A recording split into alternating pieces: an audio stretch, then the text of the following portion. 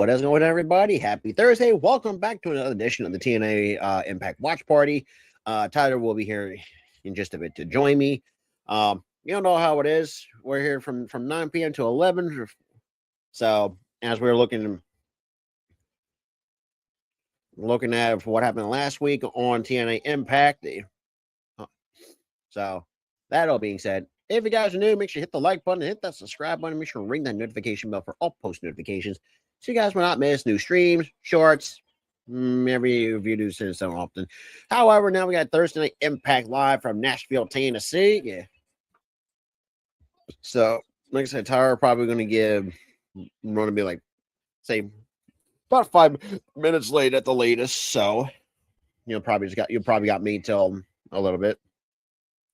Now it looks like we're open up with Mike Santana, your current and reigning TNA World Champion. At the same time, we'll be hearing from Steve Macklin about what happened a couple of weeks ago after he kind of blindsided attacked Mike Santana. So that'll be all the good shit. So yeah, we're gonna have a fun Thursday night. So yeah. So there we go.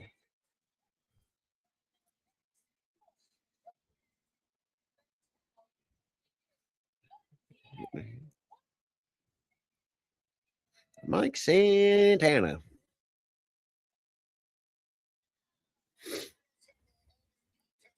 Now look at the broadcast crew of Matthew Rainwald, formerly known as Aiden English, and then Tom Hannafin, formerly known as Tom Phillips, for a lot of people who don't know who the hell they are.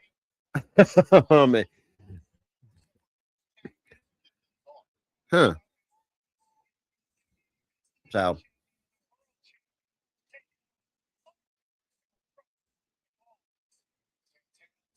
and now we got the X Division, Leon Slayer, finally back on TNA TV, since because freaking goddamn WWE was kind of doing a lot of shit with them.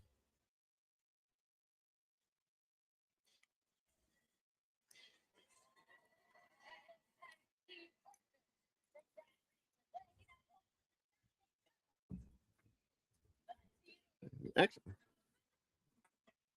Oh my god, my knee is killing me.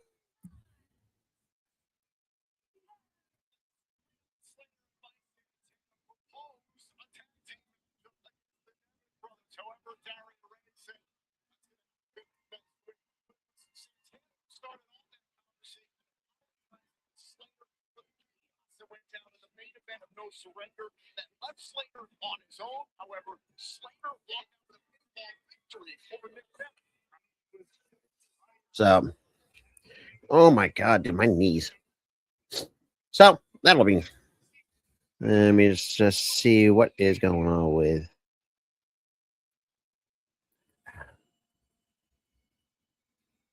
And then now we got the Nevins. That's going to be another thing, too. If I'm Mike Santana, keep your head on a swivel because you still got Nick Nemeth, who still holds the Call Your Shot Gauntlet Trophy. So, which, for those who don't know what that pretty much is, think about it as the. How do I say this? Oh, okay. I think I just had a thought now. So, think about it as TNA's version of the Money in the Bank kind of cashing stuff. I think it's up to a year when it comes to the Call Your Shot Gauntlet, I think trophy winner, how long you can hold it. It can be anytime, any place. It's pretty much the same stipulation as WWE's Money in the Bank briefcase, if that makes sense. So that all being said, we are officially, but yeah, that's kind of pretty much the gist of it. For those who are not familiar with the Call Your Shot stuff, and now we got Frankie Kazarian, who was another one that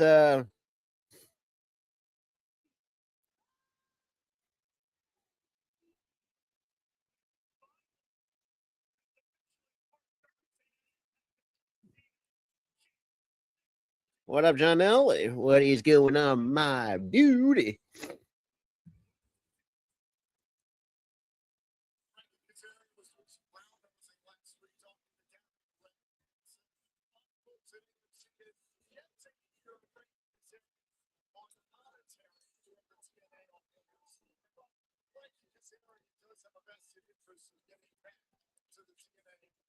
And then Frankie Kazarian going to be on commentary, so it's going to be interesting to what he has to say when it comes.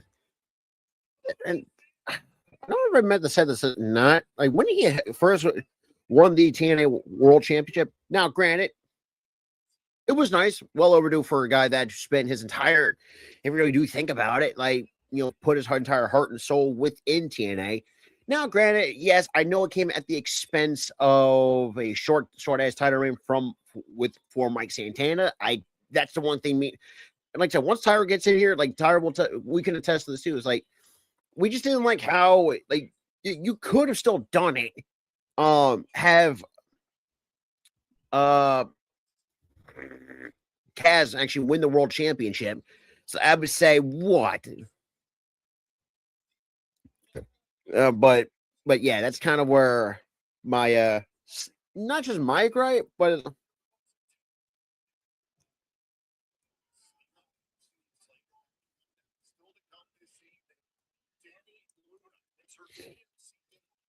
so Danny Luna and Zayat and pretty much leading lead will going at it later on tonight. Then we got God help AG Francis taking on the Southern Psychopath.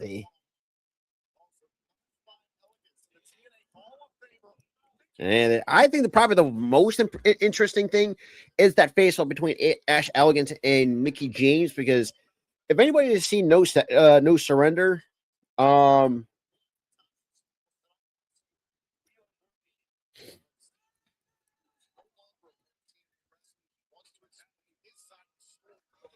it is going to be interesting of what, and also what is Steve Macklin really going to say after a couple of weeks, because now we got tagged to Nick. This is another guy I think has been thriving pretty well in TNA. Trying to go for the neck breaker. Nope. Leon counters, ducks the clothesline. Okay, nope.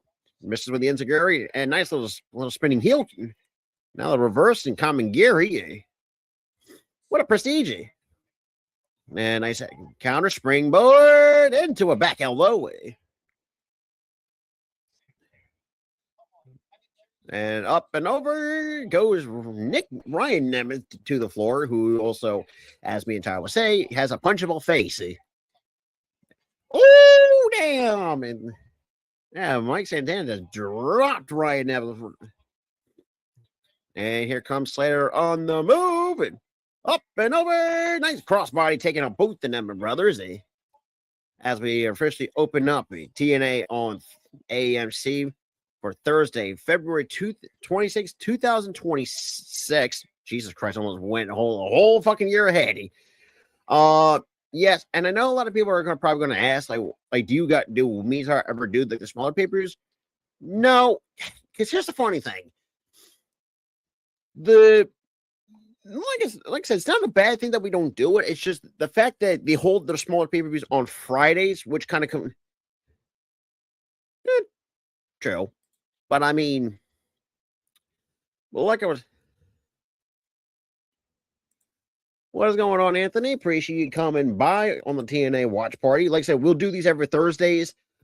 It's the same. Then again, if you guys do keep up with the streaming schedule, and also, I apologize for no stream yesterday. I was too fucking tired. Dude, when I tell you when I was fucking tired, like I was not even joking, because I know we were supposed to do the Pistons and Thunder, which I know that was the most anticipated matchup of the year in the NBA. However, my dumbass decided to take a power nap after I got home from work. Because how do I explain this? Like, I was just fucking, for whatever reason, like when I do take these power naps, like sometimes I always tend to forget to set my alarms. And I pretty much, I think when I got home, whatever, like 3:30, I kind of fell asleep, took a bit of a shit. Well, Ryan, you got to take it from my point of view. Most of the time, I'm up between 4 or 5 every goddamn morning for work. You can understand why. There's some days where I just want to fucking sleep, and not because I don't feel like and that was kind of one thing, and Tyler will attest this to that kind of bit us in the ass. When we hit that low point, because well, us being inconsistent and me knowing how sometimes my job kind of burns my ass out. So yeah, no, I'm just gonna leave it at there. But I mean, look, I love my job. I just tolerate it. Making pretty good money. Like I said, it's pretty much all said and done. But at the same time, doing this on a weekly basis, try to be as more consistent as possible. At the same time, so yeah, that's kind of where. Not about the affiliate program, but yeah. So for those who are kind of new around here, hello, my name's Rob. Well, once Tyler gets here, anybody who's been here since day one, since who know me and Tyler are, as part of the Sports and Wrestling Connection crew, I guess you could say, or the duo, as probably the better way to put it, because that's the funny thing. It's been fun. Like I said, it's been well over 5 years since we've been making content. Well, I know Tyler kind of joined in about the first 6 months. When I first made because I would say that, like I said, one of my first 6 months, that's kind of when I brought Tyler on. Now, the one thing too, it's like all the crap too. But let's shout out to Anthony. We appreciate you coming by. Like I said, we're here every Thursdays. We're here every month. Okay. For anybody that's kind of been around here, what's going on, Daniel? But yeah, Anthony, like I said, definitely keep the turn on the post notifications, because you will not want to miss other stuff because me and Tyler are going to be weekly on Mondays, Tuesdays, mostly me and Tyler, because apparently the CW can't get the fucking ghoulie, for whatever goddamn reason. We'll be here Wednesdays, depending if we're not going to be doing AEW that week. Because obviously with the spring coming along, there's going to be a lot of NBA, not NBA, wrong sport, MLB content. My apologies on that, because my brain's and then once the WNBA gets their shit figured out with their damn CBA, you're going to see that throughout the summer as well. So, like I said, there's a lot of stuff we have coming up for the spring.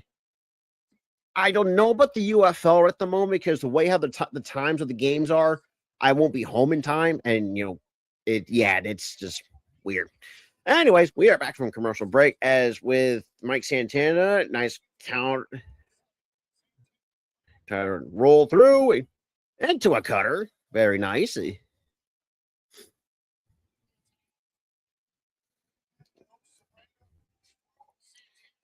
Yeah, that is also true. We're also going to hear and all the other stuff.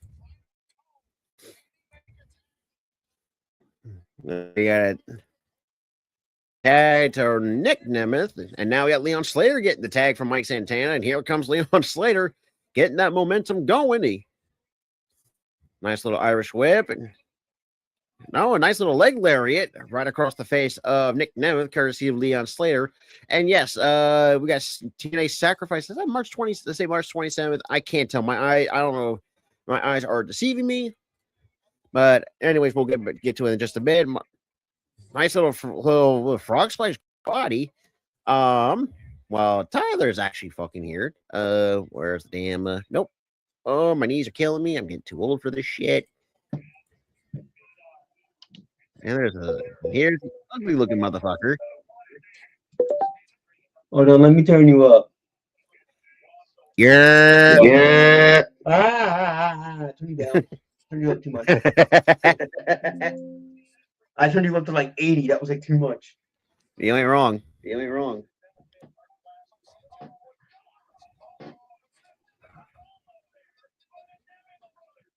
Cover 1, 2, and new. It's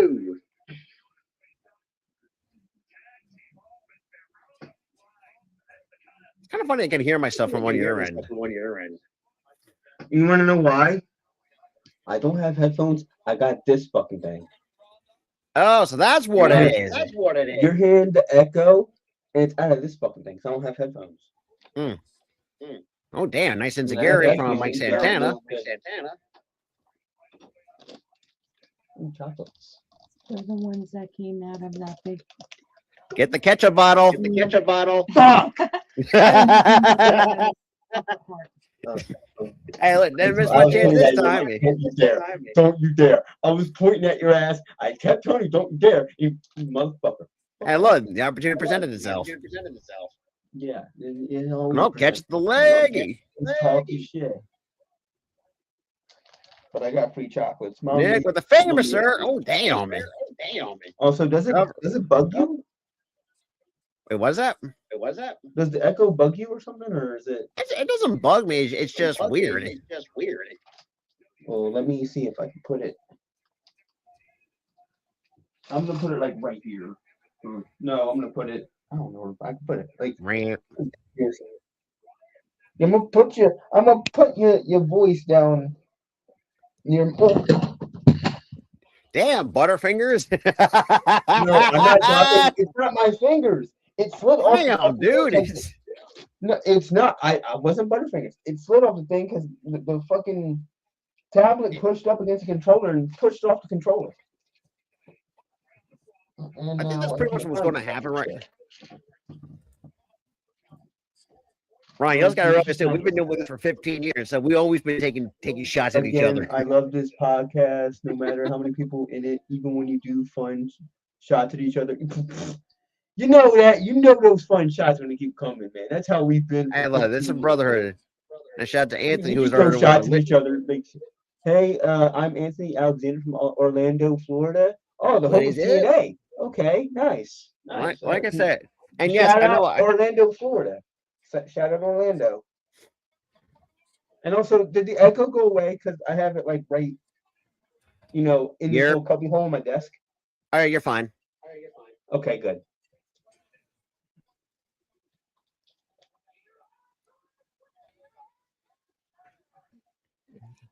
Are we about to tease a feud between the X Division champion and Mike Santana? And also, too, everybody was expecting the Pistons and the Thunder game last night. I apologize. My dumbass was fucking tired. Here's the funny thing. I took a fucking good, here's the funny thing. As adults, we don't even realize freaking how good power naps are. And, dude, I took a nap one time, and I shit you not. When I woke up, it was like 8 o'clock. No, I went to sleep. I think it was like right after now. It was going to take me a power nap. It was around 6:30. I woke up, I shit you not, 2 a.m. I'm like, what the? Lord have mercy, Gia Miller. Sorry. My God. Gia was on my screen. Then again, it ain't a wrestling show without it.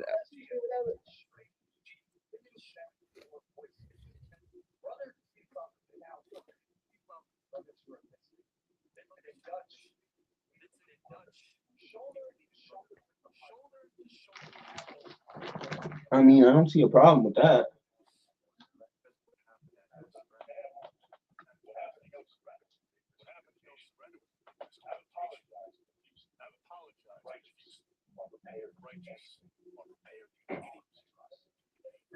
I mean, if y'all didn't give off cult leader vibes, it wouldn't be an issue.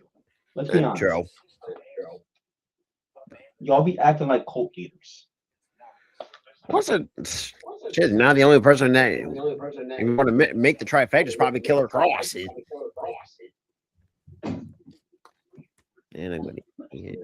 Cross doesn't give me like cult leader vibe. He's more of like a full-on psychopath.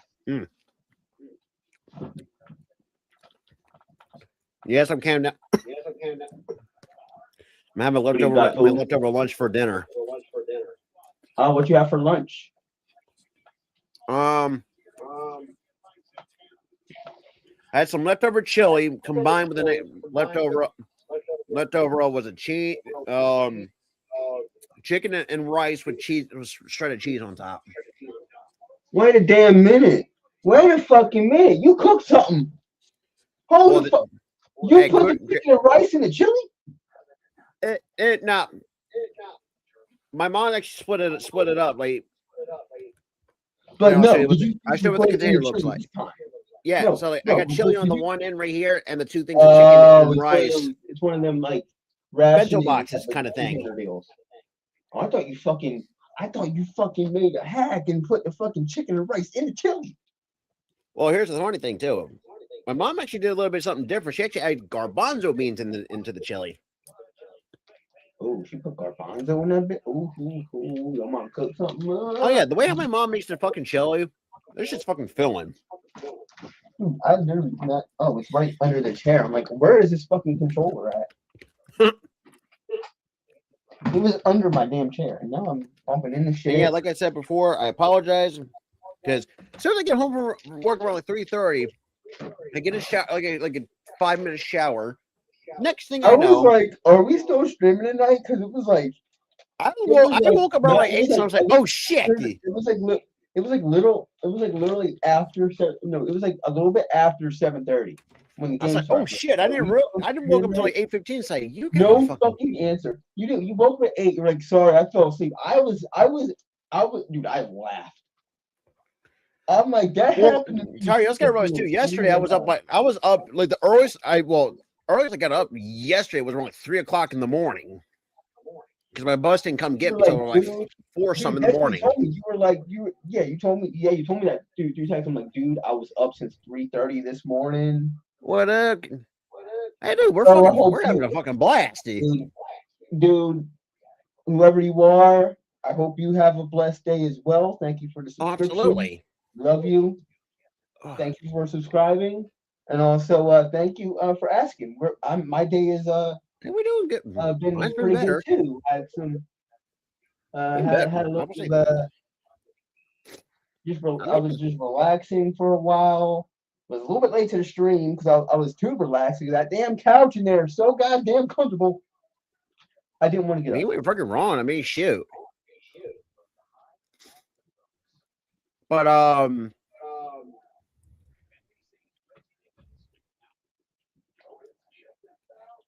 yeah, but thank you for the subscription, by the way, and I hope you had a good day too. What'd you do, Prestige? Guys, I did something I'm really proud of for all of my people back at high school. What did you do? Did you do a reunion thing or something? Shit, now I think. Bro, I wish I could go to that reunion with you, man. Dude, if I had a fucking car right now, like I would have gotten. You would have picked my ass up. Oh, definitely. I definitely wasn't what like. I would have came, dude. I would have been so drunk if it was like 5 hours because the trip is 5. I'd be walking in my house at like 2 in the morning, drunk as fuck. Well, true. Shit, not gonna be the fucking desert. Yeah, that is true. You would have had to have been the dude. I would have been the designated driver. Dude, the majority of the people that I talk to or I used to talk to. But then again, I ain't that stupid. Got me drunk enough. Now, let's say if I did have a car come get you, I would like I said, I probably wanted. Because here's the thing, I want to be drinking a lot of it. Because here's the thing, I ain't stupid.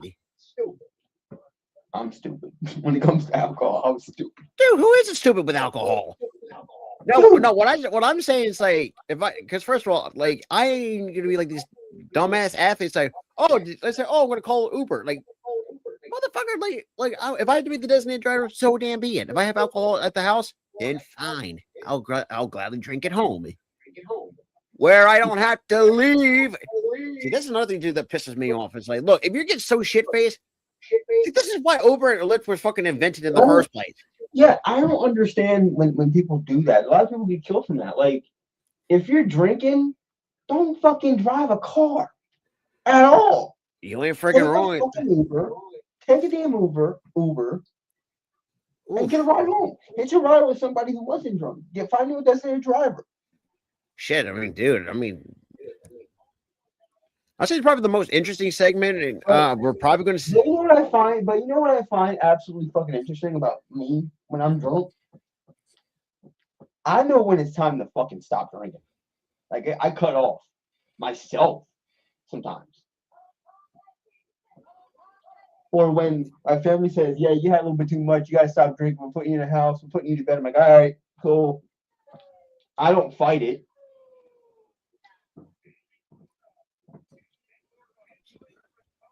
Where the hell has she been at? And why does she have a fucking chain? Why does everybody who comes back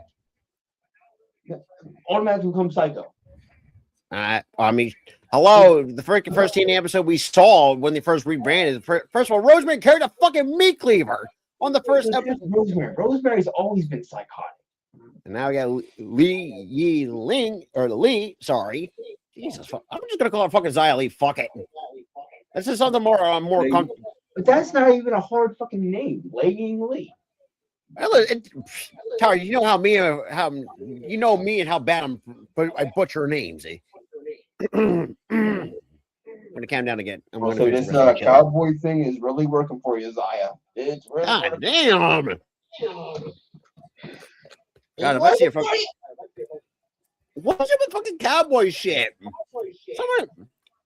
It works. Oh God. It works. Oh my God! I just had Tyler. You know you're gonna fucking fold like a lawn chair. Can you imagine freaking Liv pulling this shit out and the Daisy Dude? Oh, let that happen, dude. She's already kind of had that happen last week. If she wears a cowboy hat and dude, I will be a broken man after that. I already am a broken man. If you catch my drift. I mean, your hat broken. Fair, yes. At least you got the one thing. About 70 to 80% broken. Oh yeah, Ryan, that is pretty much Xia. That's Xia Li. Oh my God. But she goes by a different name because Derby owns the Xia Li name. But God, if I can pulls that shit off, oh God, you know I'm gonna be fucking having a heart attack. Dude, I will have a heart attack on fucking stream if that happens. I was like, on stream, a heart attack. And the funny thing is too, freaking yes, dude, heart palpitation city over here. Oh, dude. Well, somebody's gonna be dead and bricked, but that's neither here nor there. Both at the same time, you know. But dude, I'll be going through rigor mortis and a boner. Okay. So why so stiff? Yeah, I'll be stiff everywhere. Literally everywhere, stiff. You ain't wrong. Nice little leg trip. Oh, what a knee to the face. Yeah, knee to the face. Oh, shit. I forgot how small Xia Li really is. Dude, she is swole, dude. Dude, if you look at her, man, if you see her IG, good Lord, she's a good looking woman. She is. She's a very good looking woman. But dude, her abs have abs. Oh, you ain't kidding. I mean, you should tell that to Ivy Nile, who freaking. Dude, her abs have abs. The hell that fucking lady. What? And got. Oh damn, man. She reversed it into a leg drop. That was nice. It's more so that realistically, Danny did all the work on that one. Dude, all he had to do was fall back. I mean, true. I'm trying to think. God, I'm trying to. I gotta look at the. Oh my God! I gotta figure out what TNA's pay-per-view schedule is for the. I can look that up. Here's the funny thing is too, Prestige. We already knew that was going to happen. Dude, the fact that I'm still mad at you. Hey, look, I took the full a accountability for this basketball game over that. God. Yeah, and the fucking Knicks missing 3 after fucking 3. Oh God. Threes for like that entire third quarter and the fourth quarter, and then we read. Yeah, like I've never. Oh, Zaria turned on. No, Ryan's the one that broke the news. He said, "Oh, okay, Zaria, April 11th. Zaria. Yes, and also too for the next big pay-per-view we're going to be doing. I think it is Rebel. Yeah, is that? Yeah, now that I think about it, because I know October was what Bound for Glory. I think about that. What it was. October was I think Bound for Glory. I think it might have been Bound for Glory. Because what Slammiversary? I got it up right here. November. Hold on, Rob. Hold on. I got it up right here. So the next pay-per-view that's up. Okay, not Genesis. I don't want Genesis. It's already happened. It's already fucking happened. What the fuck? Damn, what a slam. Well, that site's fucking useless. Number 1, 2, nope. So Sacrifice. I think next is Sacrifice. That's one of the smaller pay-per-views, in which we never really do because obviously it's on No, fucking Friday. Oh, yeah, wait. Sacrifice ain't the next one, ain't it? Yeah, it's March 27th. Yeah, it's up. Yeah, it's next. That's before Jesus. So Yeah, that's kind of that's almost the before my smaller birthday. one. Rebellion is April 11th. Yeah, so that's probably going to be the next one we're going to do because. And here's the thing too. So Rebellion is up next on April 11th, and I don't want the fucking UFC card. They only released like two fucking. Roll up, dude. No. They've only released the date for the small one and the bigger one. Here's the thing, because we never really cared for the small. I mean, I'll still watch the small ones on occasion. It's just I don't really see the point of streaming it because it's like I think the problem with our streaming schedule is the fact that the smaller pay-per-views are always on a Friday. Yeah, on Fridays, and we usually do SmackDown. It's like, yeah. I feel like if they would just stop airing. Ooh, nice suplex. If they would just stop airing the smaller pay-per-views, like the same night as a SmackDown, knowing that they have a fucking partnership with WWE. You do if you do the smaller reviews on a Saturday, like that's fine. Like Sacrifice is on a goddamn Friday. Yeah, that's before my birthday. God damn. Oh, that sucks. And I'm gonna be the day before your birthday. The day before. Yeah. Age 29. God fucking damn it. Already knocking on the door. And then a month later, I'll be age 28. Help me. All right, cool. So Rebellion's on the Saturday on April 11th. Cool. Let's just hopefully. Yeah, because Rebellion's the bigger pay-per-view. Yeah, it's part of their big four. Maybe it's because, they don't really care about the smaller ones. It's like, eh. But the problem with that, people aren't going to care about the smaller pay-per-views because... Yeah, because if you don't care. Because I was going to say, if you really do think about it, Tyler... If you really do think about it, Tyler, the bigger ones that we do, they usually garner like a lot of views. If you really do think about it, because a lot of people not airing on the same night as a fucking SmackDown. Because it's like,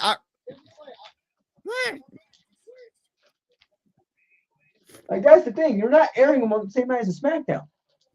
That's the problem. See, now I would have been okay with them if we did it on Sundays. That would have been different. Man, Ryan, do not get me started about those Reese's eggs. Oh, the Reese's. I agree with that. They are addictive. Oh yeah, really addictive. Dude, Reese's as a whole is fucking addictive. Hello, you got two of the best things in the freaking world: chocolate and peanut butter. The two best things that come out of fucking Easter: the Reese's eggs and the Cadbury ones. You know what's kind of funny? Hey, here's the funny thing too. The last nursing home I worked at, it was named Cadbury because they were owned. It's the same people who own the actual Cadbury brand. So yeah, the Cadbury chocolate brand. But they only release like majority of their shit in the UK. I mean, we still get them. They normally. They started slowly making an international brand. Where they started to release like that's a freaking UK thing. Version of those candies. But for a while, they're all we had was Cadbury. That's just a weak ass. All we really had up here was Cadbury. Like the chocolate bars themselves were only a UK exclusive. Hey, shit, you remember? Tyler, remember back in the day when Wonka bars used to be a fucking thing? When the fuck were they a thing? Dude, this was fucking like years ago. When the fuck were they? Oh, it's because Nestle made them, and then they fucking sucked, and then the movie. Oh yeah, So then they're like, yeah, the movie apparently fucking sucks. So let's just drop it. And then it got a cult following in the 80s and 90s and 2000s. They didn't release them again, which I'm pissed. Hey, look, the one thing that needs to make a comeback in candy-wise is the freaking Wonder Balls. Those were the fucking shit, dude, back in the day. Dude. To me, that is. Do you know what fucking candy that? Well, it's not. Oh, damn! Need first, right in the middle turnbuckle. Do you know what snack that I miss? It's not really a candy. The fucking lay it on the people for the people. The yogurt balls. The Yogo. Oh, I know exactly what you're talking about.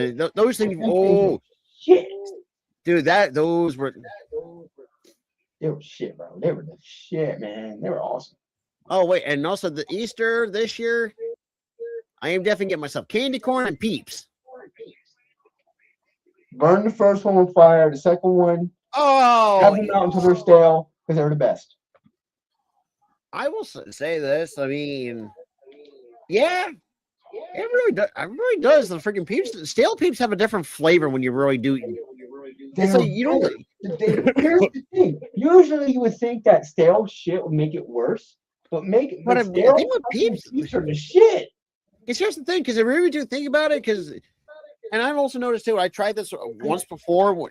It's like it tones down the sweetness. Because really, if you really bite into like a Peeps way before I get stale, that shit's fucking sweet as a motherfucker. It's sweet as fuck, but it makes it doesn't make it towards like less. It makes it tolerable to where they're less sweet.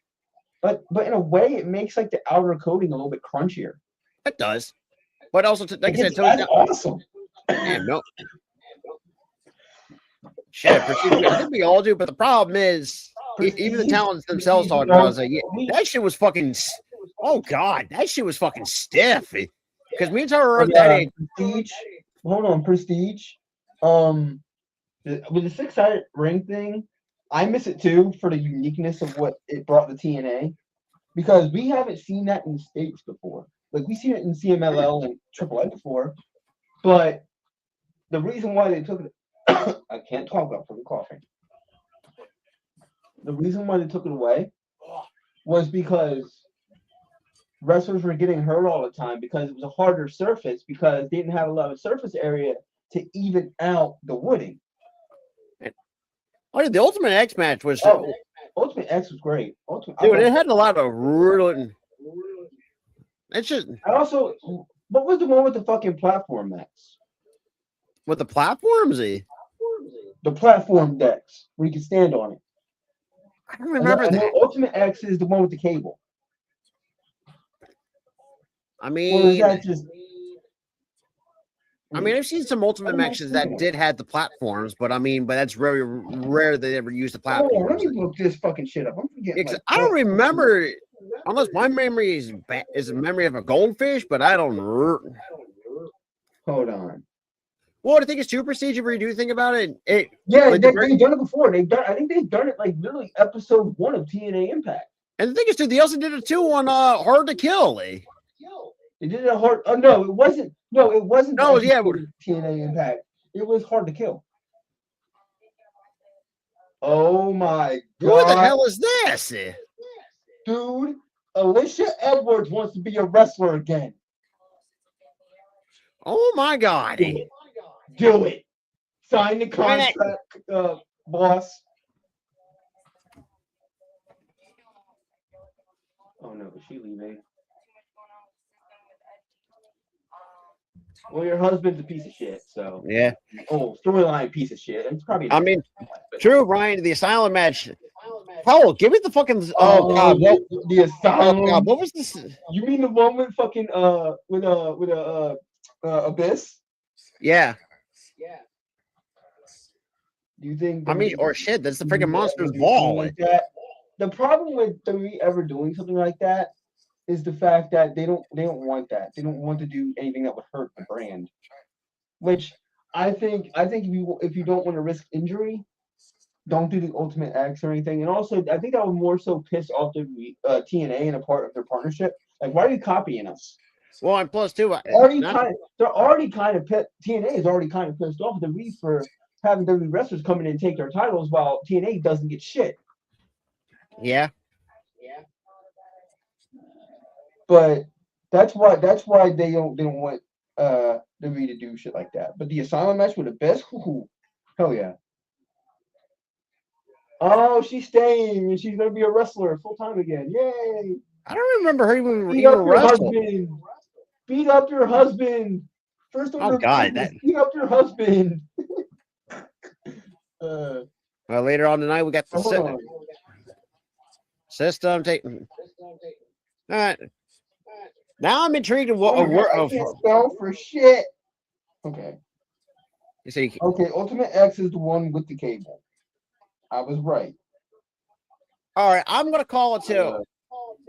Well, coming up next, we have AJ Francis and Southern Psychopath Vance Warner.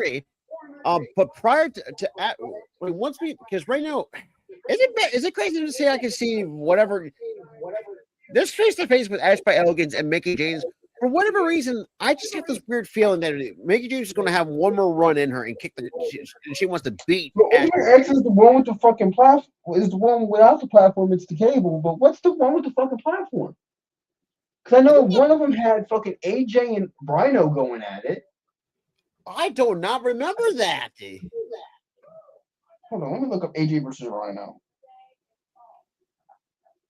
Because nothing really comes to mind when it comes to the It's called Elevation X. Elevate. It's called Elevation X. And I think they won't. I don't think. Also, I don't really think WWE would ever do an Ultimate X match or an Elevation X match not because it's unsafe, not just because it's unsafe in a way. It's more so it's basically TNA's version. The reason why they did the Ultimate X and Elevation X at that point in time, TNA and WWE were kind of rivals. So the reason why they did that was because they caught wind that WWE was doing Money in the Bank. That is true. So Money in the Bank is basically WWE's version of Elevation or of Ultimate X. But in a way, it's just a ladder match with a briefcase. I was going to say this too. I don't know. This may sound like a stretch, but I kind of feel like WWE kind of ripped off what TNA's the Ultimate. Because Ultimate X is like their version of as TNA's version of the Money in the Bank is kind of shit. No. Ultimate X came after Money in the Bank. So really, TNA ripped off. They were trying to rip off WWE or trying to compete with WWE. Who can make the best number one contenders match? Or specialized number one contenders match? I mean, both companies had some really good ideas for the number one contendership. Both companies had banger ideas. I think both ideas were great. God, I sort of figured because remember here's another wrestler I think a lot of people do not really remember a lot. Do they remember Suicide back in the day? Suicide. So he was Do you know what's funny about Suicide, Rob? I think there was like a couple of versions of them. Yeah, one was TJ Perkins. No, not just that, not that though. You know what's funny about Suicide? Shoot. He was a video game character first. He was in a TNA game before he ever became a TV character. Yeah, that's kind of crazy. Even though I will say the game itself, I know it has. Here's the thing with the game. The game itself is fine. The game itself is honestly the game itself. I remember when it first came out, it didn't sell too hot. Yeah, because it didn't really. But over time, it came out like a cult classic. I think after. It's almost like true. And the funny thing is too, it's because people were like, "Oh shit, this game is actually pretty fucking good. The controls were good, the gameplay was good." And the thing is too, the thing is though, the graphics were fucking awesome for a next gen title for Xbox 360. Yeah, I think it was for the PS3 and the Xbox 360. The graphics look fucking amazing. And the funny thing is too, like the way the graphics were, it's like, man, that kind of reminds me of what No Mercy used to be back in the day, in a sense. If you look at the gameplay style, that's No Mercy. And also the fact that the entrances don't last but like 2 minutes and then they're done. Yeah, that's definitely No Mercy for sure. But here's the thing they did well at, and that AEW didn't do well at. Let's make a good fucking like a story mode. Good story mode, and they put all the wrestlers in the game. They're not paid DLC. That is true. And I understand 2K does it too. I'm not saying 2K ain't doing the same shit, and I'm pissed off at them too. That's not trying to polish a turd while you're at it. But really, the reason why y'all were like dishing out content as DLC AEW is because you were trying to polish an absolute fucking turd of a game. I mean, 100%. The gameplay was good. The story mode was. I The beat story that mode shit in an hour. was The story pristine. mode, I beat it in an hour, but every story was so fucking stupid. True. Had no rhyme or reason. I got turned on by a tag partner, no follow up. Yeah, that was for What? But here's the crazy thing. That was the charm of what the TNA video game had. It didn't have to make sense. I mean, look, I Dude, think at least the plus thing in the story, at least you can travel all around the world. I mean, story that's mode was like a fucking movie. You get beat up by fucking LAX so bad that the U.S. medical system couldn't help you. They had to send your ass to Mexico. oh yeah, I remember that. Mexico. They had to rebuild your whole fucking face. But still, you had to rebuild your whole face, which is basically you creating your own fucking character. which And then is true. you back up to TNA.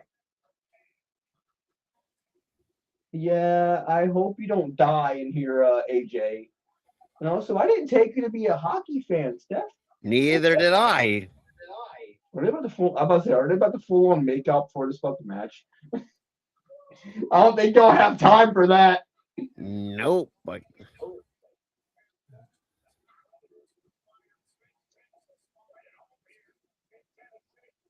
If y'all don't know about Mance Warner, y'all about to know. yeah, or shit, go back to watch his time in MLW or in Dude, watch his match. Not just that. If you want to see a full psychopathic Mance Warner, go to watch his fucking GCW run. Oh yeah. That man was a full-on psychopath. Up and over goes AJ French to the floor. Or watch his one match with John Moxley in AEW. This man could go. Oh, true. It just makes you just keep a staple gun out of his hands because he knows if anybody knows how to use a staple for that matter.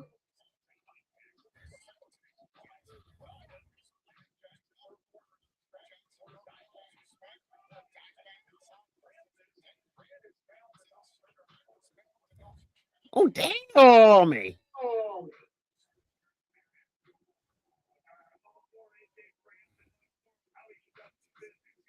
I mean, it's gonna take me a while to get used to the mullet look from Mance Warner because I always didn't see him as like the most bad with that mullet though. Oh, ain't no way this man's gonna do a pile driver on the steps. I'm telling you, man. And again, it's Mance Warner. Do we crazy, speak of the legs? Mance Warner's crazy.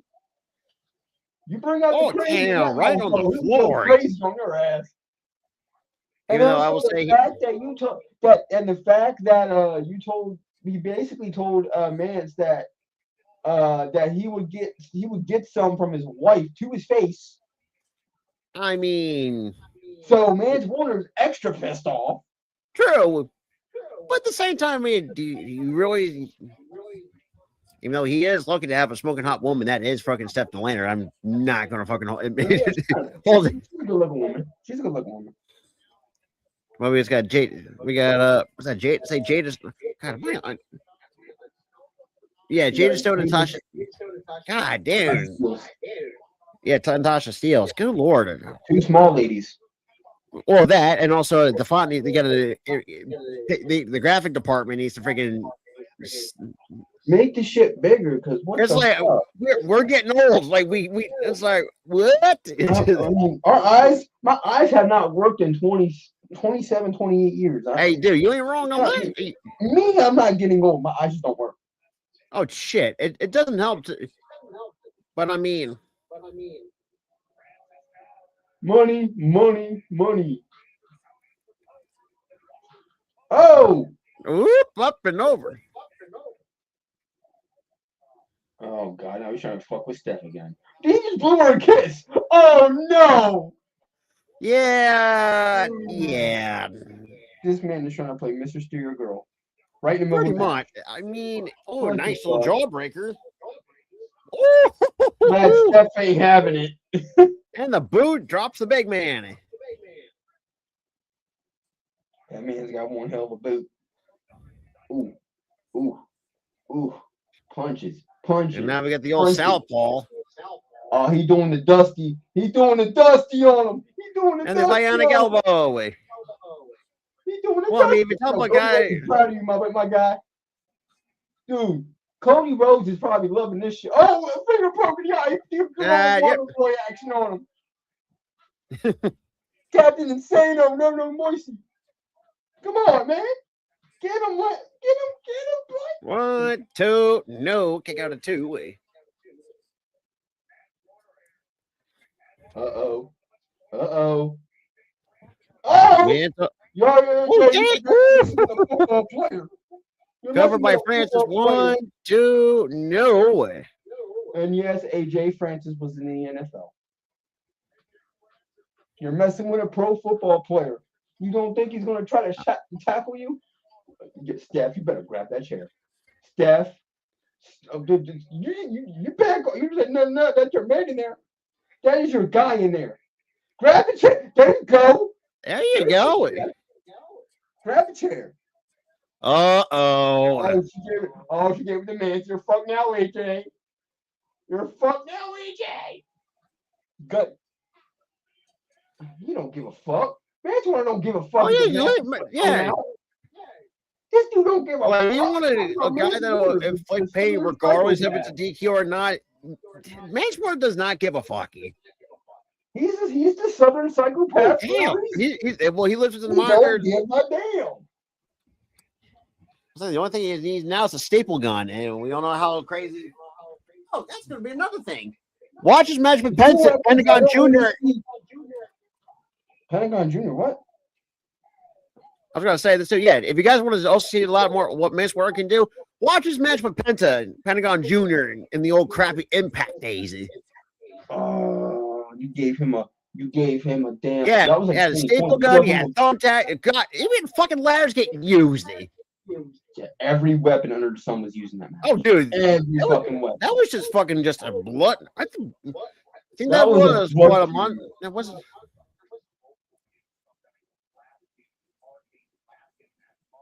Yeah, we missed that one because we did a game or something.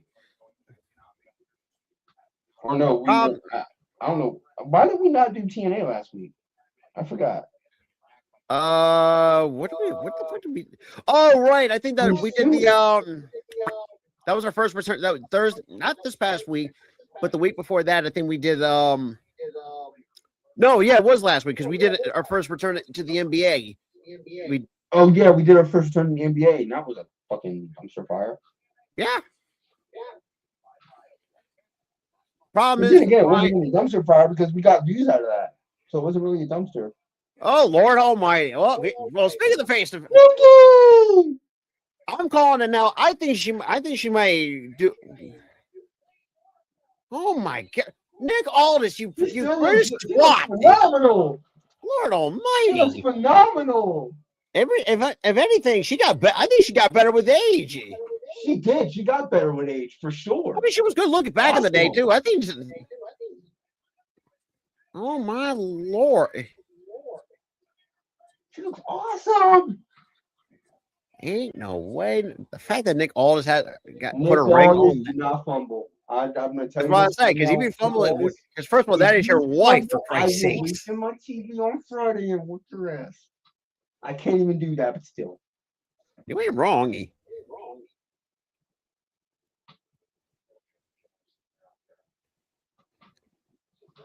Imagine PCO return to face this new. Okay, here's the problem with that. Ryan, oh Lord, oh. I mean, as much as I want to see it, because remember, in storyline, PCO was with fucking Steph in storyline. Oh yeah.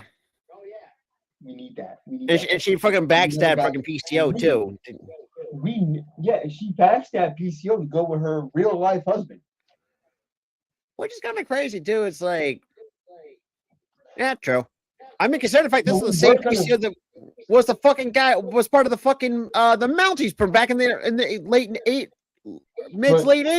Let me tell you something about that feud, and this is why I'm siding with Steph in this scenario here. For one, she's already fucking married. Why the fuck are you trying to give it a married woman? For two, that is true. The first date, you tried to feed her fucking worms. Yeah, that was weird to an extent. It was really weird. Why are you trying to feed this woman worms on a first date? Or any date for that matter? What? So I'm siding with Steph in this scenario. 100%. However, here's where my problem lies with that. When PCO's contract expired, he kind of let on bad terms. Everybody forgot how when all the shit came out. That he kind of burned the bridge. Yeah, when he had the X Division title, or it was the X Division. I don't know if it was the X Division or the international title. It was his old. I think it was the. This is way before the international title was created. So this was the OG from back in. What was before? This was like. So basically, he was the international champion, but it was called the digital media still. Oh God! It was called the digital media title, and he said something about TNA, talking about his contract's up, and they had contract talks before that. He went to a GCW show and basically he just bashed him and say, "Oh yeah, he just burned that TNA." I'm like, "Yep, he didn't resign." Yep, so they had burned that bridge. Dropped the belt and they fired him. Yeah, and it was a really. No, do we blame TNA for that? Not exactly. Because here's the thing. I blame I don't blame I blame the company because I don't blame the company. I blame PCO because dude, you're literally one of their champions. Exactly. And you were being used prominently. You were in a fucking feud with Mance Warner. Exactly. And that's the one thing we still never got the payoff for that, which is bullshit. Yeah, we never got the payoff. Because you decided to go on a GCW show and badmouth the company over a contract extension. That's like, because here's the thing, because it's not just in wrestling too, but you can also apply this in the real world situation. There are just certain things you just don't do, and badmouth it. Because here's the thing, I wouldn't, because yes, the only time I would ever say, okay, you can badmouth your boss is after you quit that job. And if the boss is a piece of shit, but your boss gave you a prominent position on television. That is true. That is 100% true. They gave you a prominent position, and what do? You squander it. Yeah, you pretty much if the term "burn the bridge," dude, just fucking nuked that bridge. He took a fucking rocket launcher and fucking blew that bitch up. Yeah, rocket launcher to the bridge. Because I remember too, we talked about this on one time on the It's Running podcast. We both, it's like, you and I got fucking, that's like that kind of, because here's the thing, shit like that rubs me the wrong way. Because listen, PCO was for a guy of his age, was still fucking doing shit that I never thought possible. A guy that was, in his mid-50s still doing. Dude was pulling moonsaults at 55? Or what the hell are we doing here? And clean as hell too. And he's not exactly fucking small either. My Nick God. Aldis, if you fumble her, oh my God, Nick Aldis, you are. Wow. Aldis, if you fumble, I swear to God, bro, I will rain hellfire on a stream. Oh, dude, we're in pretty much rain slight hellfire for Ludwig fucking dropping Tiffany Stratton, but that's he rain hellfire on that motherfucker.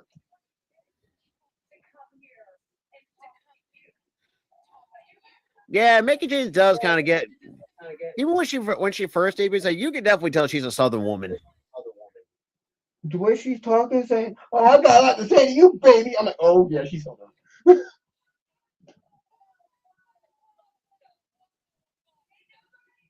Damn.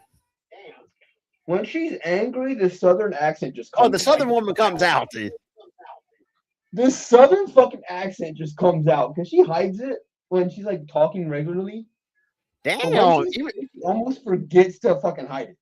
Well, and here's the thing too. And that's the thing too. Even when Southern woman, they can also get sassy very too. You because Lord Almighty, Southern woman can get fucking sassy as hell. Oh my Lord. Oh, she's coming out with leather. Okay.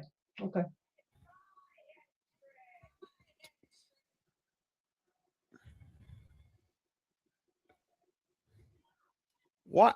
I'm smelling that. Because here's the funny thing. I'm calling it out. I think we're going to get a match between these two at Sacrifice. For whatever reason, it's lead. I just have this. About to say, should we just say screw SmackDown and do this fucking show? Oh, that's what I'm thinking. If this leads up to a match of I think at this fucking rate, if What we the can get this fuck are return, if we get this, yo, thing is, too, from what my understanding, too, even the smaller pay-per-views has some really good matches. Let's see what.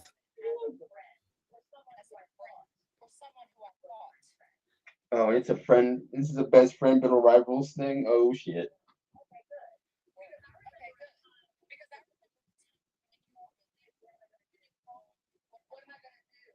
Oh, here, yeah, we just talked about this on the wedding. Yeah, we kind of did talk about this on the Inspironi podcast, and she did come out and She came out and personally vouched for personally vouched Ash for to go to TNA to help her out.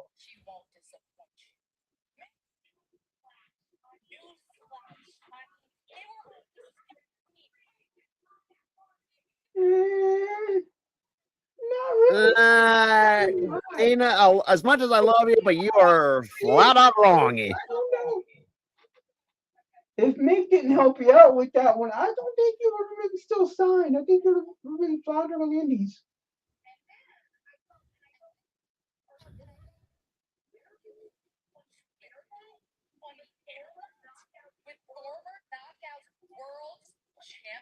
Yeah, remember all that? Yeah, that was funny. Knockouts Women's Champion. All over Twitter. Because here's the thing, because the first person she ever fucking fucking Mark.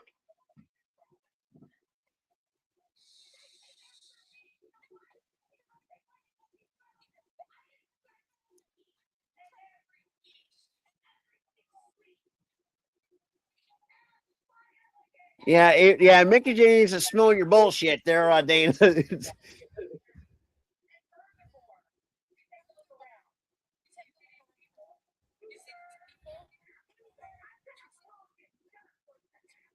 I said I'm talking. Shut up for a second. Yeah, that's another thing too. You don't piss off Southern women. Because here's the funny thing. I'm going to make this very clear, and me and Tark can attest to this too. You don't piss off Southern women because that's the last thing you want to fuck. Because here's the thing. That's the last thing you. That's like freaking try to piss off Satan himself, for lack of a better term. Basically. Do you know why the South gets hot? Because it's basically hell.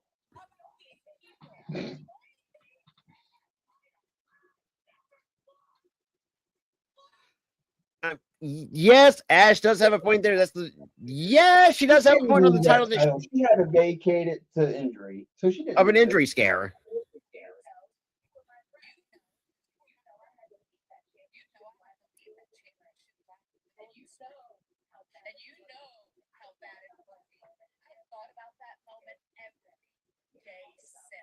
Yeah, that is. I forgot about that too. Mickey did do that.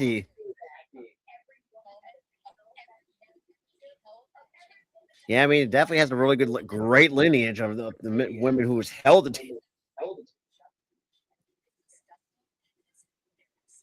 Oh, good. You know, the crazy thing is, freaking Mickey James sounds like a scolding mom. That's basically what she's kind of what she's. She used it. Now she's using the tone where it's like, "I'm not mad at you. I'm just disappointed." And Tyler, you and I are better. Because here's the thing, Tyler, you and I know better than anybody that if we hear that tune, you are fucked. Oh, that hurts worse than being grounded. That hurts worse than getting a fucking ass whooping. That hurts worse. I'm not mad at you. I'm disappointed. Like, or that you get the switch. Anybody? Because here's the thing. I never got the switch. And we still got Mark Jansen. And now we got you now switching to you.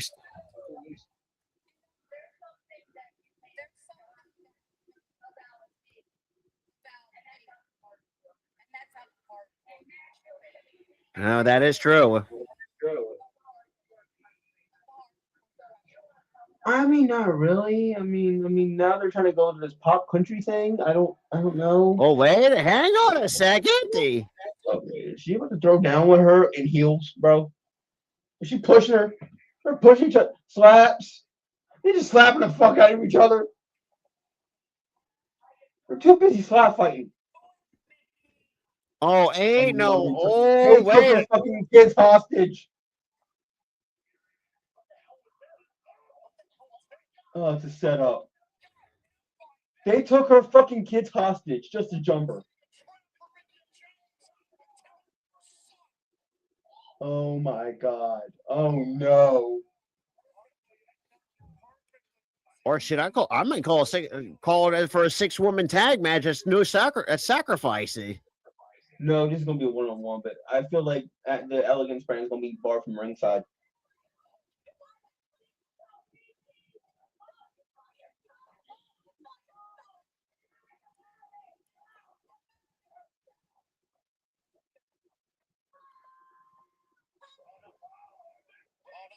Oh, damn! She hit the Mick DT on her.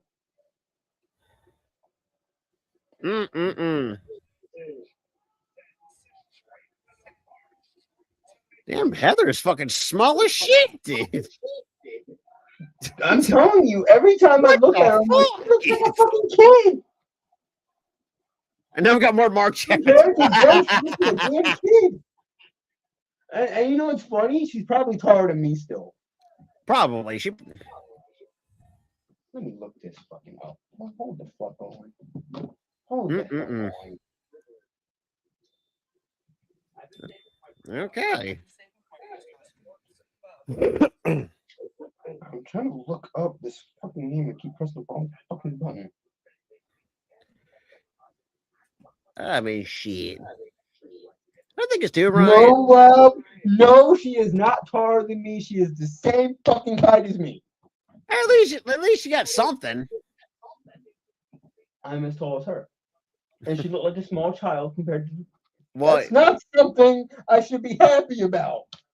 Hello. I mean, you have Alexa. Alexa, the only other 2 women that are taller than you is Alexa Bliss and fucking Selena Vega. That's kind of sad if you really do think about it. But still, you know what makes it sadder is the fact that Heather Reckless looks like a fucking kid compared to the rest of her fucking faction. You ain't wrong. And I'm the same height as her. Well, she probably have a couple inches on you too. Child size, Rob. Well, I mean, too, you are. Oh God, why do you want to go there? But yeah, you're probably like, man, child. I'm an adult child.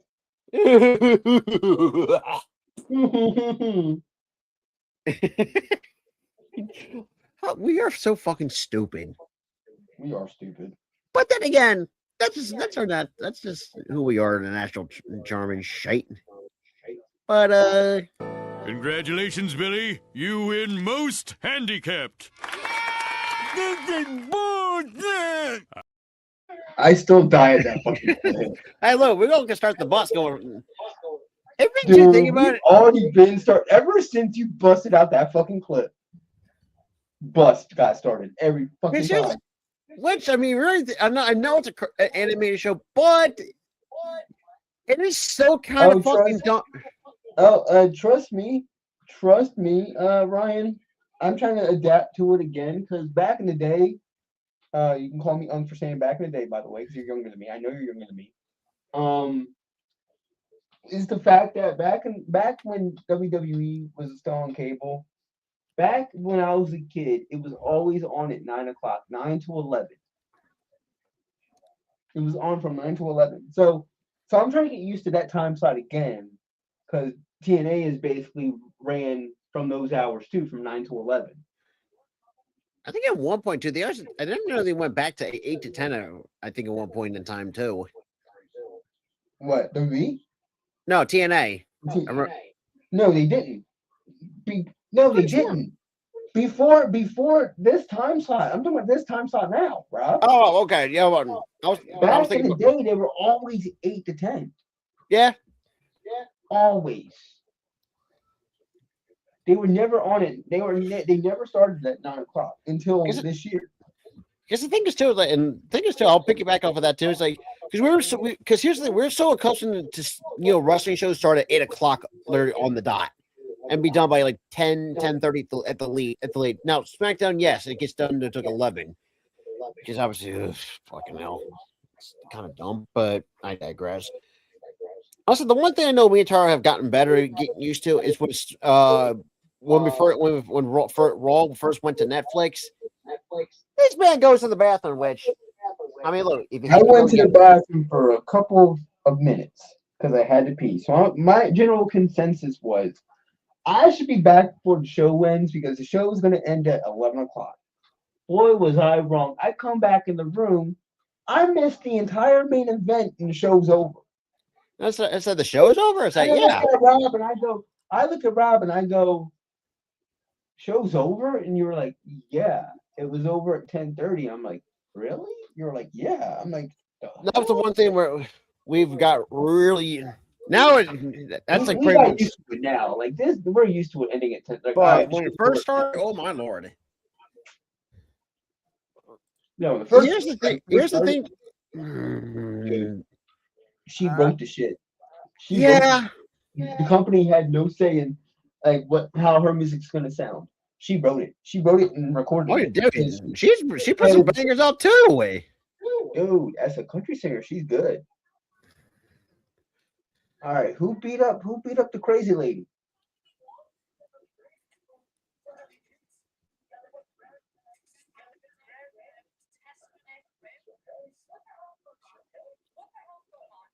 Oh my God! Damn, Daria, dude. She's gay, bro. I know. Don't think about it. She's gay. At least we can flex a lot of people. At least we got some. We got some cool. We got some badass people from Jersey. So I mean, that's something we can fucking flex. We can flex that. She's from Jersey. She's from South Jersey, which we can really flex that. I mean, see, you can say what they were freaking He's from a town outside of fucking Camden. That's fucking awesome. Well, and also lives from freaking Morristown, so that's about like 25, 30 minutes from Gloucester. Yeah. Maybe 35 depending on traffic. That's don't get us started. Just say the way that traffic is in Jersey, just say 35. Not true. Just say 35. I know our traffic's fucking sometimes suck. Traffic is so bad in Jersey. I mean, I don't know how it is up here. I won't get out of the house much, but down in Jersey, fucking traffic was, oh my God. True. I still cannot believe WWE did not want this gimmick. Yeah, I did not want to capitalize on this shit, but this would have got so over. I swear to God. And apparently, and also at this day and age, and mocking our fucking actual government, that this would have been a good gimmick. Oh, dude. This would have been a good gimmick. Shit, I'd rather freaking look. If Mustafa Ali decided not to freaking pursue pro wrestling, dude, he's got my vote automatically. Vote. I'm a spam vote that motherfucker in there.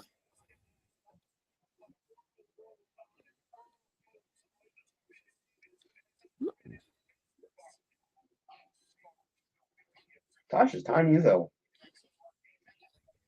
Yeah, that's true. Same thing with Jada. Yo, same nigga was his trick. Yeah. And I bet she's I bet you amount of money Trick had to say in TNA signed her. True. At the same time, I could have met Trick had to say. I mean, well, that I was going to say too, and I said, "What's the over under that she's also a Gamecocks fan?" Because God forbid, damn me! We found out, but we found out fucking Trick actually played for them before heading into the NFL with our team. Boo! And even though he played for our favorite pro team, so we give him a pass there. I mean, true, that's something we can slightly flex on. But then at the same again, time, he didn't really play for our team because he didn't get out of training camp. But I really do think about it, was a blessing in disguise for him. It was because he became a wrestler. And so by the way, I say thank Howie for that, in a sense. Yeah, thank Howie for Trick Williams. At the same time, Trick Williams, we love you, but also screw you for being a Gamecock too, you bet. God damn it! Why can you yes, I know. This is our Clemson rivalry is showing. Do we bleed? Yes, we do bleed. When it comes to the Clemson and Carolina rivalry, yo, we don't play that shit. Yeah, Even though I was in the last couple of years. It's along the same page of us and Cowboys. We don't play that either. Oh, God. What up, Tim? We good. We're good in the neighborhood. As Mr. Norton. Here's the thing. Yeah. Like I said, now, I know me and Tyler sound like hypocrites, but like I said, the only South Carolina team we overwatch is the women's college basketball because, hello, it's fucking Dawn Stanley. See, that's the reason why we haven't. We're really only in it for Dawn Stanley because she's a she's fucking Philly tough, for Christ's sakes. Dude, she's from fucking Philly, so dude, she gets support the person. Yeah. Here's the funny thing too, and I know. Sorry but then again, we're not really hypocrites because we don't really like Clemson in basketball either. We're more of a Villanova type of. You know what's funny? Yeah, I have gone back to watching Nova, the men's, because at least they're not bad this year. Which is surprising considering the fact that it's like see the last year and a half under Cal or 2 years under Cal Neptune.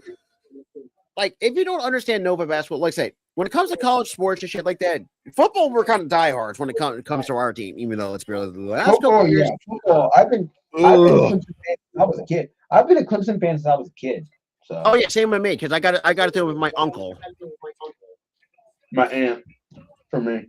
So either way, it was kind of like passed down to the family. Now here's thank you to Tim Rollins. Thank you. Shout out to Tim Rollins 6700 as well. Listen, shout out to the new people that are just coming find us about the 10 o'clock hour at this point. Yep, right at just after almost the 10:20 hour. We've been hitting tonight. We're getting new people left and right. Tim, when it comes to the pro, it's right behind Tyler's head. We were one away. Go Birds, go Birds, take heads. 1,600. We're one away from 1,600. But no, college-wise, yes, Clemson's for football, Nova for men's basketball. However, I will say, and yes, the South Carolina women's because of Dawn Staley. I know that's kind of crazy as it sounds. The reason why, and also, cool, but if you know our reasoning, it's not. I know it sounds weird on the surface, and I just had a fucking brain fart. What the fuck? Yeah, and there it goes. I just fucking lost it. Somebody there it is. The blue screen of death here, people. Somebody played the Windows goddamn error. Dung. But in all seriousness, though, yeah, the funny thing is too, even the Clemson big. Oh, Terps are a really good team. Ravens, Raven, yeah. Even though, God, here's the thing: the only time I ever watched, and look, I can appreciate the Ravens because holy shit, they outright collapsed in that second half of the season. I'm not gonna lie. Yeah, but it's like the last couple of years. It seems like the last few years.